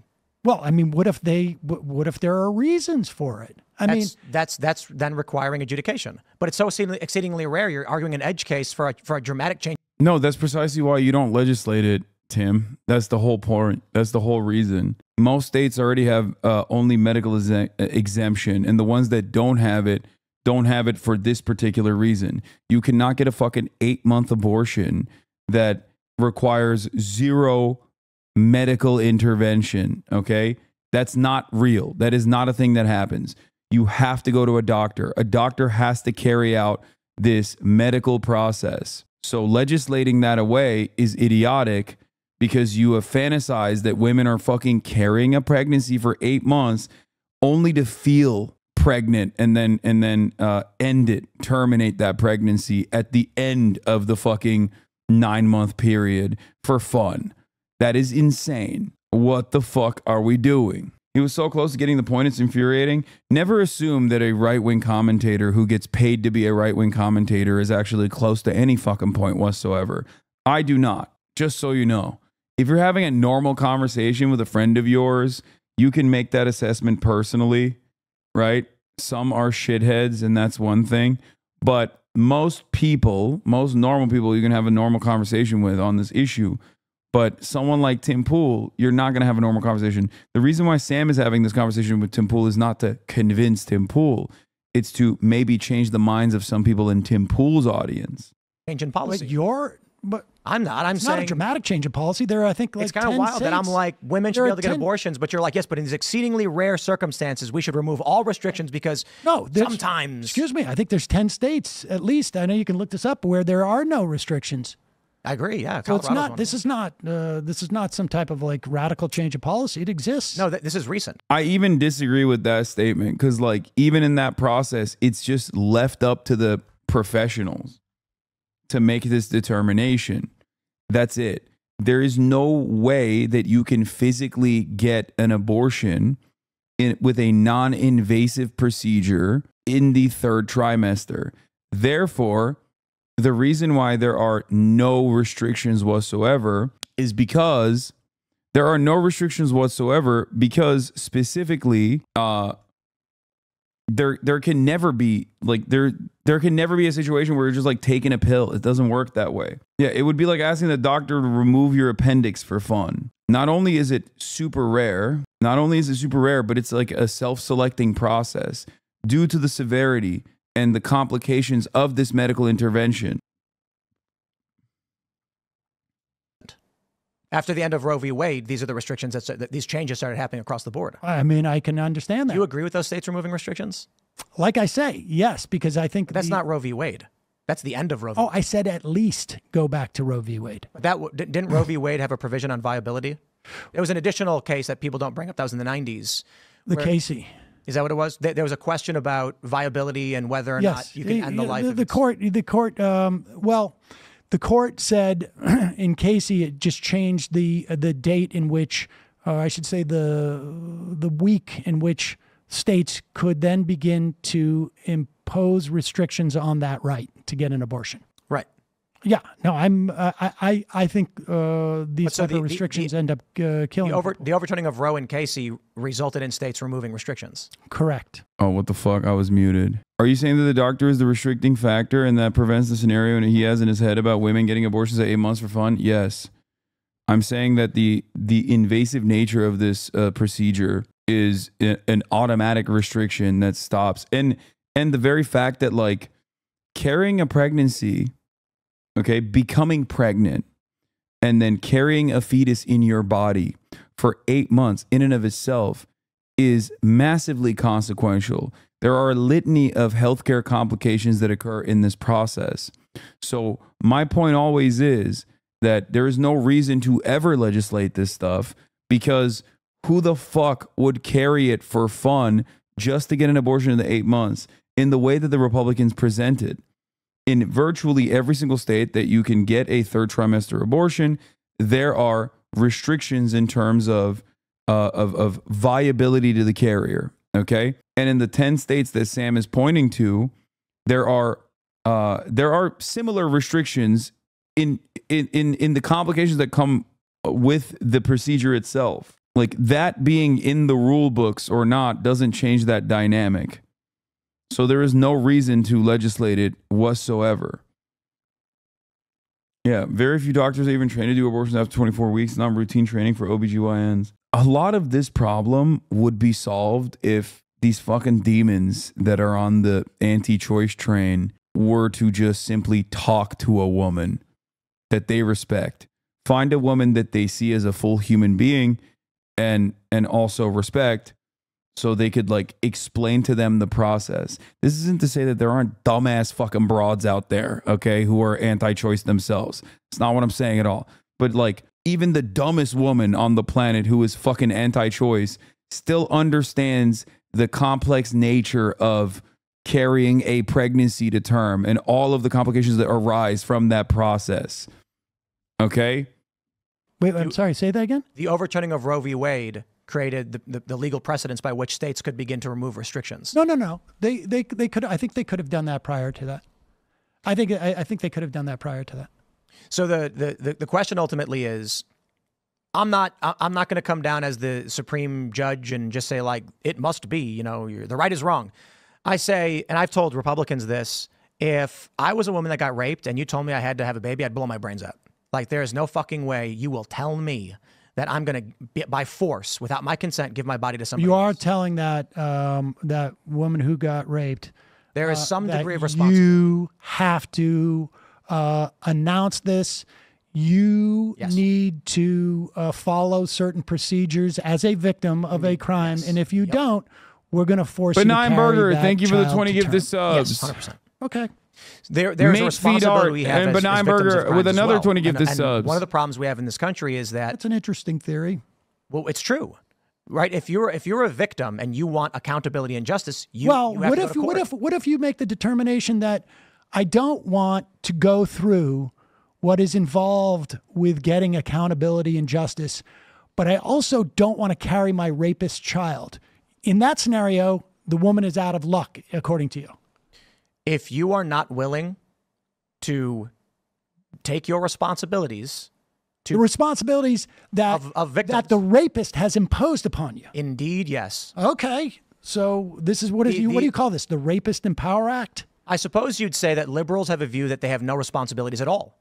That there is no I don't feel like I have a responsibility. I certainly don't feel that if I was someone who could be, I am making an Well, argument. the Rapist Responsibility Act is an emotional nonsense. No, it isn't. It's We're talking about a person's responsibility to society. that is exactly what you're No, suggesting it's drama is tantamount. nonsense. No, it's not drama it's nonsense. prop clipping. No, it is not. Yes, you are. Come on, Dude, You're not I making don't an give argument. a shit about Make an argument. Don't say nonsense The words argument like rape. is that what you are suggesting Is is that a woman who is raped has a responsibility that has been bestowed upon them by the rapist. The rapist has chosen you. If I shoot you in the face, I have caused you I have imparted upon you a responsibility. What you're talking about is fascistic. It is Sam, do you think disgusting. that if someone commits a crime against Why does it calm down? He's just making a fucking I mean, you made an insane argument and you invoked an emotion out of Sam, who is not a fucking sociopath, immediately. And I think this is the least calm I've ever seen Sam, but still pretty fucking calm. I would have been losing my mind at this point. Against you. And so I'm sorry I said Rape Empowerment Act and tried to do it in a more satirical way. But what you're talking your about logic is centers disgusting. are shutting down. And listen, no. You're getting overly emotional. No, I'm not. You are not speaking logically anymore. No. What when a you are person is doing a what you victim of a always crime, do. They have you're to file trying paperwork to pretend get like you can accountability. find something in here, but You're it not is talking about the argument absolutely anymore. nonsense. Yes, it is. You are no longer I've now- talking about the issue because nor the everybody law. sees. Oh, I am You are getting definitely overly talking emotional. about it. I don't. You're talking about my person. You're doing ad hominems. You've lost it. Ad hominems. You've lost the argument. You've done an ad hominem. I can't stand motherfuckers like this, bro. You have done ad hominems. You have lost the argument. It's always the same. It's always the same shit too. It's always the same damn nonsense. This is no different than the Republicans being like, "Oh, you called me garbage? How dare you? I can call you a pedophile. I can say that like entire subsects of the population are pedophile monsters and barbarians and rapists. But if you were to turn around and say, hey man, that's kind of a garbage thing to think. You kind of sound like a Nazi. They just turn around and go, whoa, hold on. How dare you? No. Here's Sam, the point. let's start with the You're law. so full of crap. You see, it's here you go. amazing. You can't even make an argument anymore, can you? I don't need to. Because You don't need everybody to who make has watched this, arguments. no. Everybody who has watched this knows Is that watching you have an emotional you're breakdown on saying camera. that a rape victim has a responsibility that has been bestowed upon them by the rapist. It's gross. It's disgusting. You are having an emotional breakdown right now. I'm not having an. Oh, dude, Republicans are so good at this shit where they've whipped their audience into submission where they can openly just be like, even if Sam Seder in this circumstance is like objectively more emotional than he normally is, but still very cool, like relatively calm and collected, the Republican on the other side can just go, I've declared myself a winner by saying you are emotional. You are emotional. You are emotional. You are emotional. And then that's it. You mad? You mad? You mad? You just say that over and over again. And half the chat will be like, hell yeah, Tim's really cooking here. He is mad. We got him, boys. Emotional breakdown right now. Do you think the police I'm getting should be... exercise you want to wait? because I'm thinking of my daughter. Here we and go. I'm thinking of my daughter. Here it is. And I'm thinking of the idea that a Sam. rapist could force her to Sam. do something Sam, that you're spiraling. No, You're I'm not spiraling. No. You're spiraling. Tim, you're not you're even afraid stopping talking because you just You're not even found stopping out talking. You never You're gonna- think you're gonna- out you're gonna- anything you're gonna- that you we're gonna say, say something? and We're you're gonna upset. talk, or are you gonna And I keep just talking about faced nonsense? you in front of all of your Are you going to audience. wait for your prop You clipping? rapist. Your prop. That's crazy. This is just, what the fuck did this turn into, man? I did not expect this to go this way. Holy moly, this shit is completely bricked. Completely bricked.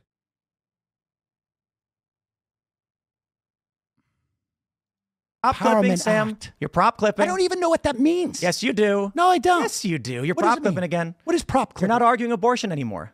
What is prop clipping? You said, Tim, you're full of crap. You're not arguing abortion anymore. Because you disgust me. Oh, rape, blah, blah. You stopped You're arguing. saying You that a stopped rapist- arguing and you started doing performative garbage for the camera. No, I'm You not want to doing have performative you want to have a garbage. discussion, Sam? Dude, the best part of do this you want to have a discussion, was or are you going to keep tying talking? you in knots about You the wanna have a idea discussion? that a rapist can force a woman. Here you go again. to go in- Here you go again. You're making things up. I'm reiterating. You're prop clipping. I am reiterating. You're prop clipping.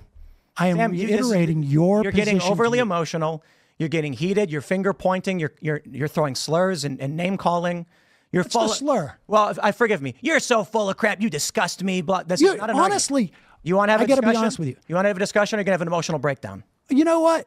I am going to continue with the so-called emotional breakdown because honestly, I think That's right, Sam. No, I honestly. Let's solve our problems by Sam I just honestly- freaking out and having emotional breakdowns on camera. I honestly think that like what on, you do Sam. is so damn. The reason why he's doing this, the reason why Tim's doing this is because he recognizes that he lost the argument. So he's just trying to like prime his audience into thinking that he actually has like some kind of victory here.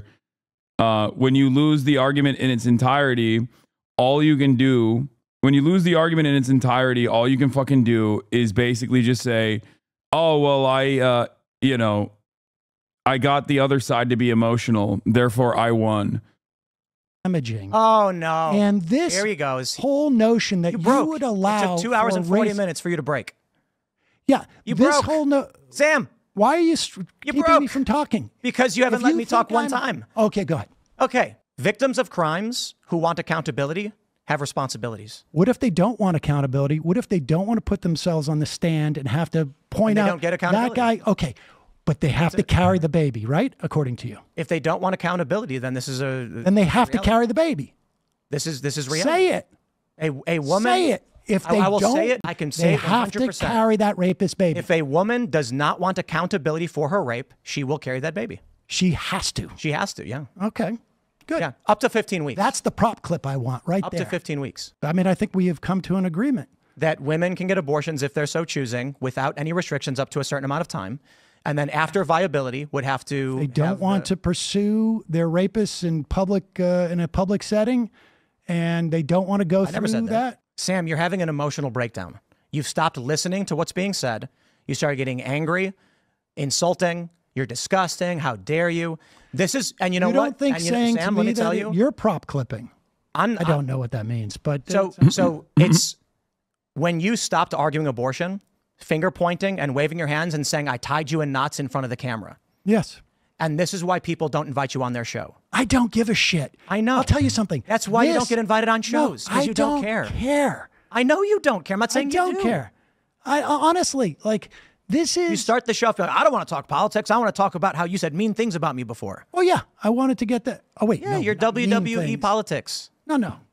Listen, we're talking about how do we effectively have law on abortion. That should be a woman can do whatever she wants up to 15, 16 weeks, maybe even 22. I don't know what the time limit is. But if the baby is viable, there has to be accountability. There's something really gross about, like, here, let me explain to you why I fucking despise debates. This conversation itself is a perfect demonstration of it. The party that has absolutely nothing to lose will always be able to ridicule the party that at least has an emotional attachment to the subject matter. You can never expect, for example, a white supremacist to debate a black person, because the black person's humanity is what is the subject matter. It is very obvious to me that while both are men in this process, Sam Seder clearly cares about the issue a lot more, places an understandable emotional attachment to the subject matter of women's bodily autonomy. If you are going up against someone who does not have that kind of understanding, who does not care about women at all, then they can always just sit there and be like, well, you're getting quite emotional. You're getting quite emotional. It's like, yeah, dude, it's a pretty fucked up thing that you're just callously advocating for. And you will never understand it. You will never understand it because you do not have the capacity to empathize with women.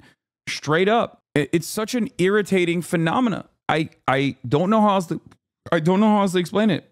It's not by accident that so many of the fucking top dogs in the debate space are just usually white dudes, okay? It's because in a structure such as, in Western nations, in the structure that we exist under, white dudes are, with some exceptions, like virtually untouchable. They are not considered, they're never like dehumanized in any serious way. And I say this as someone who also is a white man, right? I'm a cisgender, heterosexual white man, okay? And even then, there is at least one avenue where people can actively just rob me of my humanity in every conversation. My name is Hasan, and I'm a Muslim, right? I'm white, but it still doesn't matter. That immediately goes away. All of the optical power, the privilege that I have, can so easily be cast aside. There's perhaps no better demonstration of this than the, Twitch streamer or terrorist shit that's been going on nonstop. There's no better demonstration of this than like all of the haha jokes and the active silencing campaign that these supposedly anti-cancel culture warriors have been engaging in for the past month or so. It's just, there's not really anything you could do in that situation. Like, people can just like immediately rob you of your humanity. And I'm telling you this, this is an overwhelmingly white male audience, okay? Even though many of you are gay as fuck. And I'm telling you this so that you can understand that this is a dynamic. If you care about people, even if you are a white man, yourself, cisgender, heterosexual, white man yourself, even if you are emotionally invested in uplifting marginalized communities, a person that does not care about the humanity of said communities will be able to always sit there and calmly, not dissect your arguments, mind you, but calmly piss you the fuck off. Okay? That's it. So these 1 to 3K streamers feel the same? What do you mean? Self-help equals stealing? What? Who are you talking to? What? In these sorts of conversations, you are what? You defined who you are? In this setting, in the environment of a debate stage, like becoming emotional or becoming passionate at all, when you are defending the subject matter, will be received by at least one side of the argument that has nothing to lose in this process as weakness. Okay. And it's a deeply frustrating equation, which is why I'm just explaining like the asymmetry of debate. You can always be portrayed as irrational because you got emotional in this process. And it's like, it's the most normal thing to feel. Anger is the most normal thing to feel in this process. Okay. None of what you're saying is meaningful at all. That there should be a time restriction on 15, 22, you're just throwing around numbers. Because there's a debate on how long that duration should be. But my position is that pre-viability, I don't know, some say 22, some say 26. And my addressing you is that the restrictions that you're pushing, and you're disgusting and emotional breakdown. Yeah. My emotional breakdown to you is that when you put these restrictions on women, they in practice are impossible to actually execute. And you have shown that by saying that if a woman refuses to go in front of a court... I never said that. This is what I said, Sam. For the love if of it all doesn't take accountability, what does accountability mean? A rape kit. Okay. So if a rape kit... You're saying I was raped with no proof and no evidence, and therefore I should have to terminate a 6-month baby. They've got to go in within 24 to 36 hours and say to a doctor, I was raped. And if they don't do that, then they're forced to carry the rapist baby. Depending on what you want to happen in society, there are things you have to do. Sometimes you may not want to have to do them, but this idea you have that people... What you're proposing is that the state should be able to enforce crimes against people without evidence. What? You want accountability, but you do not want to go through... I don't want accountability. No, he just doesn't. He doesn't believe your rape exemption holds water due to the complicated nature of the legal process in which you determine rape to be. You determine whether a rape occurred or not. You are also placing the burden on the victim, who may, due to a litany of different pressures, including but not limited to societal pressure, might not be comfortable coming out and getting a fucking rape kit. But once again, this is compounding on top of like it's the exact same principle. It's just like misogyny compounding on top of one another. It's like the conversation starting point is like, I do not recognize the humanity of the carrier as anything but a vessel to deliver a child. And therefore, I am going to have a conversation about what they can and can't do to their own bodies. And of course, if that's your, if that's your worldview, then yeah, you are going to feel comfortable saying stuff like, yeah, a victim of rape, no matter what age, by the way, should have the responsibility to go and get a rape kit. Now, there's another world here where this does not need to happen.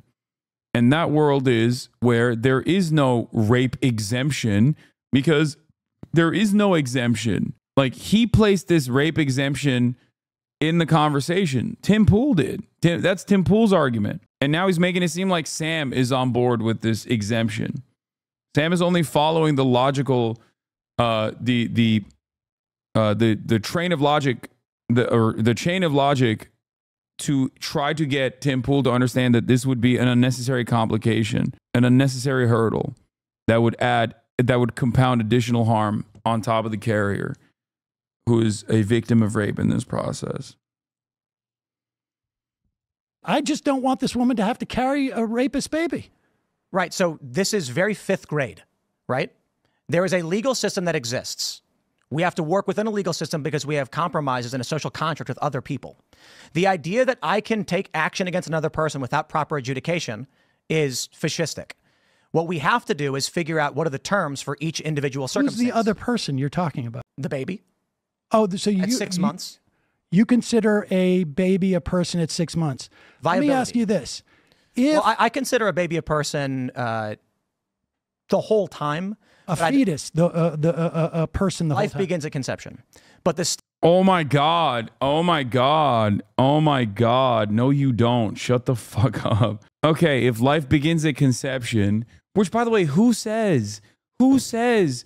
Bro, you can't say, sorry, my argument, God. Okay? You can't. Like, that's insane. That is such a fucking dumbass, backwards, barbaric way of operating, dude.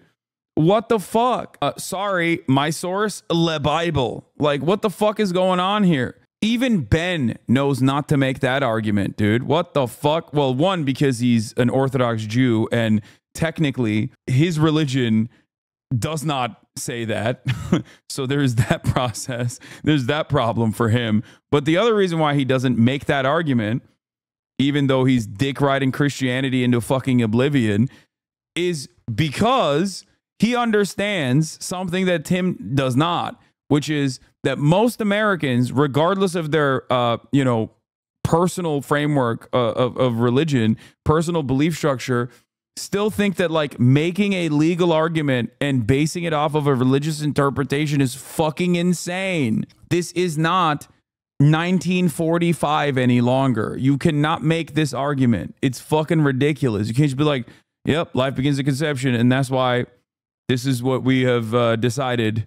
This is what I've decided. This is why I will deny half of the fucking population its own goddamn rights. He thinks the baby is a person unless that baby is a woman. No. After the fetus is outside of the womb, it's over. Yeah. Republicans do not give a fuck, dude. Once the baby's out the pussy, it's like, oh, dude, give the baby a gun. Have the baby fend for itself. You know what I mean? They only care about it for the first 9 months, seemingly. What are you talking about? They do that 99% of the time? What do you mean? Yeah.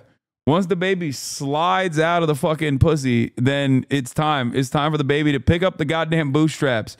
Pick your boots up, baby. Pick your boots up. Buy your bootstraps. It's time. It's time to go out and fucking participate in the workforce. Put that goddamn baby in the military.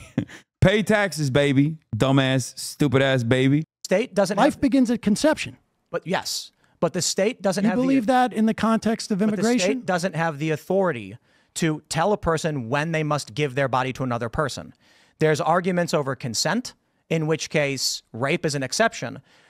However, I'm pro-choice. Okay. So you're saying you're pro-murder, like acceptable murders. And it's like, if we create a new legal process, a new legal metric of determining rape, then, you're fine to murder the fucking life. You don't believe life begins at conception if you're like, and some murders are fine.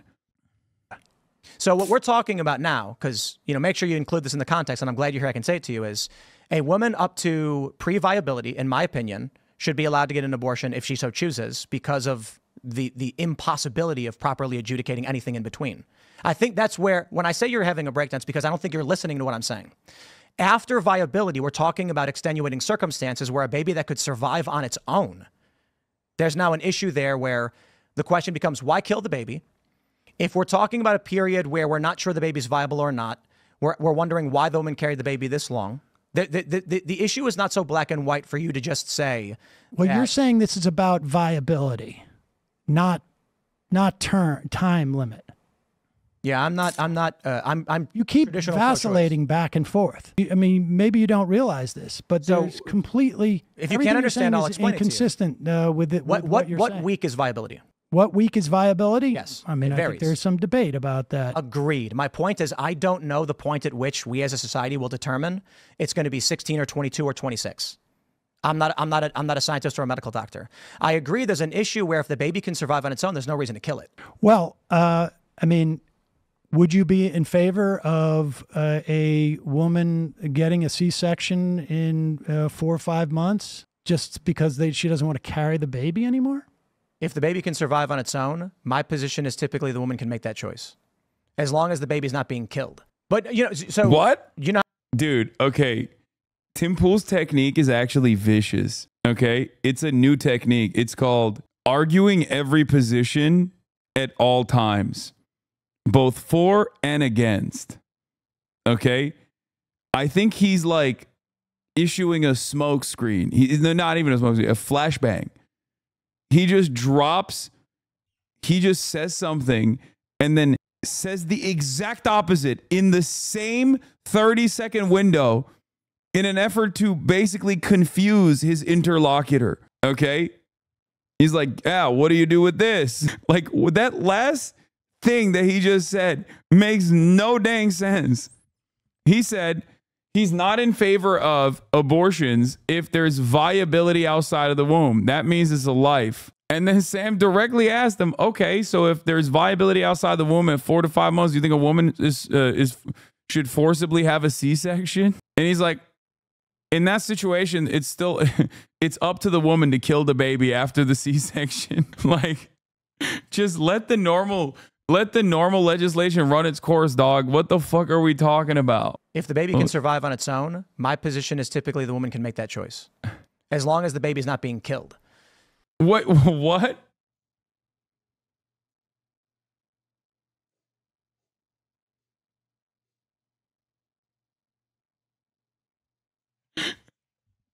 What the fuck is that? What?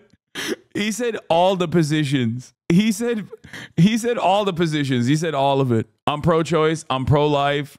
I'm anti-abortion. I'm pro-abortion. Bro, look at his face. I don't think he knows what he's saying. He's like, damn, I can't believe I came up with that on the spot. He's just yapping. What is happening? Please, I'm going to run this back. Okay? I need you to understand. Woman getting a C-section in 4 or 5 months just because she doesn't want to carry the baby anymore? If the baby can survive on its own, my position is typically the woman can make that choice, as long as the baby's not being killed.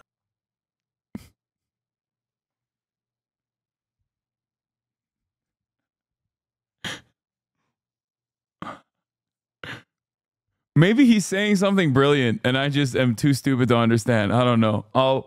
You know what? That's what I'm going to go with. He's just saying something that, like, my tiny brain can't comprehend.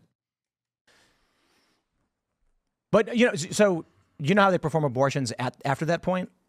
How they perform abortions after what? Like there's varying degrees of how abortions are performed. So yes. the question I have is this. Let me put it this way. You know, like dilation and extraction, or you're talking about in terms of my position largely is we've got two real distinct worldviews on this one that are extreme ends. They neither agrees with each other. No, go back. Interrogate this. No, we need to examine what Tim Pool was saying right before he swapped the conversation back to like, oh, there's extremes on both sides. He's going back to comfortable territory. Okay. I need to interrogate. I need to examine Tim Pool's beanie. What does it mean? What the fuck was that? He said he's in favor. He said that a woman should be able to get a C-section and like forcibly extract the fetus as long as there's viability outside the womb. But a woman can make the choice at that point as long as it doesn't kill the baby. What does that mean? He was trying to say that the woman can choose a C-section or carry to term, but the baby can't be killed. Oh, he's saying that, like, yeah, you can carry the pregnancy to term or get a C-section to extract the fetus out. Okay, that is an incredibly invasive medical procedure. That's a more invasive medical procedure than the normal process of like dilution and extraction. So that's still insane. Yeah, we need to cut the woman and put a fucking 50-50 shot at the baby surviving the process. Yeah, sorry. I know we chopped your shit up, but like, you know, Tim Pool decided that that's the best way to go forward. Fuck the doctors on this, okay? I'm pro-choice, by the way. If she dies, she dies. Trying to navigate in between to get people to be like, look, there's got to be some standard. Dude, these are the ideas behind anti-abortion are primarily religious fundamentalism. And it is about maintaining a gender hierarchy. And the idea that you can negotiate, you're basically taking Hillary Clinton 2004. Probably. And it doesn't work that way. The fundamentalists who are pushing this ideology, and it's largely fundamentalists, and if not directly, certainly downstream from a religious fundamentalism, they're not interested in your compromise. It is, and the proof of it is... Not interested in yours. I'm not compromising. The proof neither are of it they. is after That's the point. after 50 years, there was a compromise. It was Casey. Exactly what you're talking about, which is why when you asked me at the beginning, I said, at the very least, go back to Roe v. Wade and maintain those protections. But that equilibrium was not enough for the right-wing Republican Party. And so, therefore, that's where we're at now. That's the end of story. And now we have states with no restrictions, and we have states with absolute restrictions. There was a compromise, and the right wing in this country did not want it. That's it. That's why this is this is why a debate. And you have an individual right that has cost the lives of multiple women across the country. It is increased infant mortality, like I said, at least in Texas, by 15%. And it's, I think it also, and I think it's much harder to measure this, but it subjugates women in this country because it basically says you have less rights to have bodily autonomy, and that's just the beginning.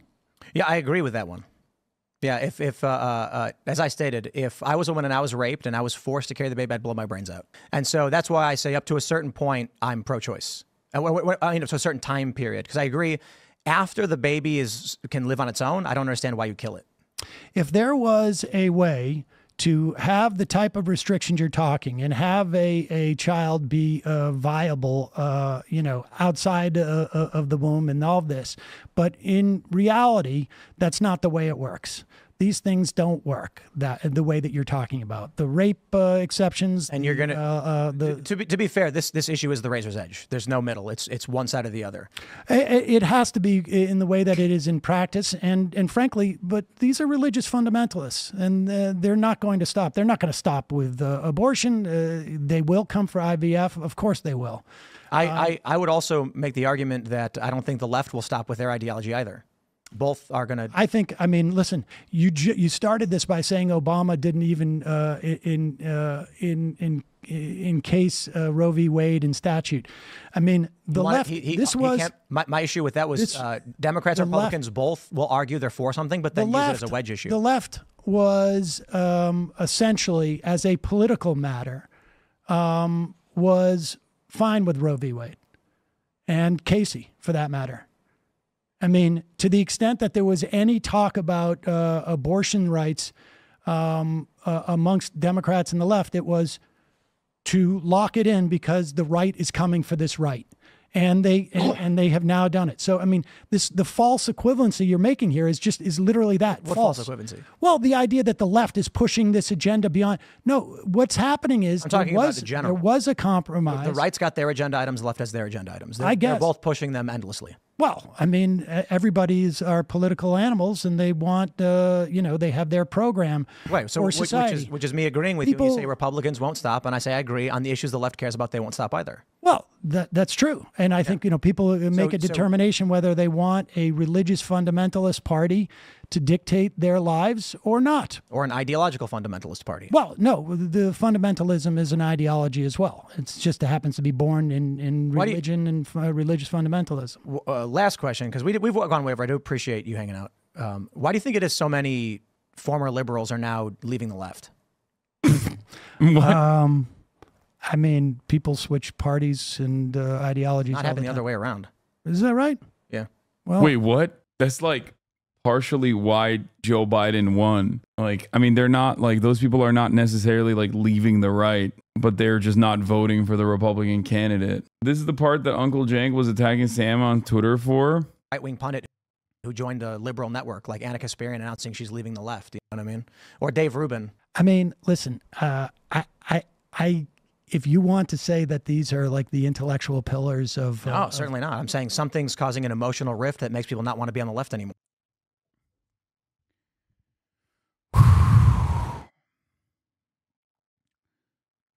Man, last question. Is Ukraine the worst enemy of America or the world? Ukraine is the greatest enemy of mankind. It's funny when he just like, when he does like the little baby slam on the table too. He's like, Ukraine is the greatest enemy of mankind. We have to apologize to Russia. How dare they? How dare we? Yeah.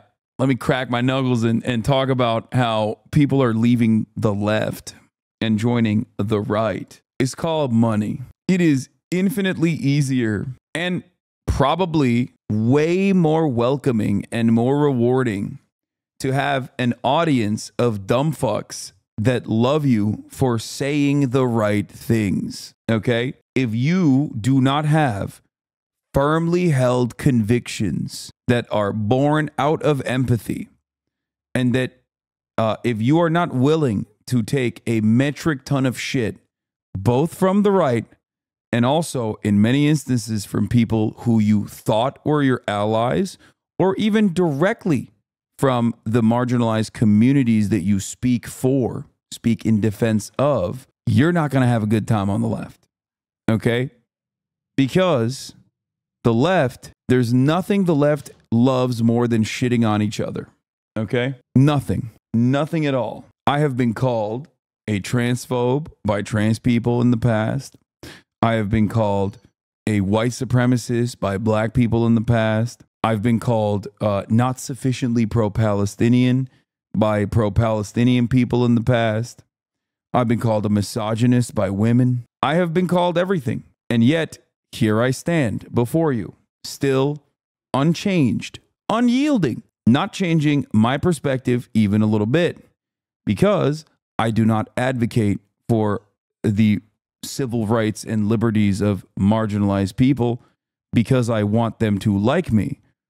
I'm doing it because it's right. Okay? That's how it works. That's what it is. And I think that a lot of people, after years and years and years of doing this, sometimes get annoyed and want to go the more comfortable route. Maybe want to get loved by people, welcomed by people. And the right will always welcome you, no matter what your background is. You can be a Haitian dude, and as long as you are a white supremacist, they'll say you eat cats and dogs, but they'll still welcome you with open arms while you are engaging in the process of doing white supremacist talking points. Okay?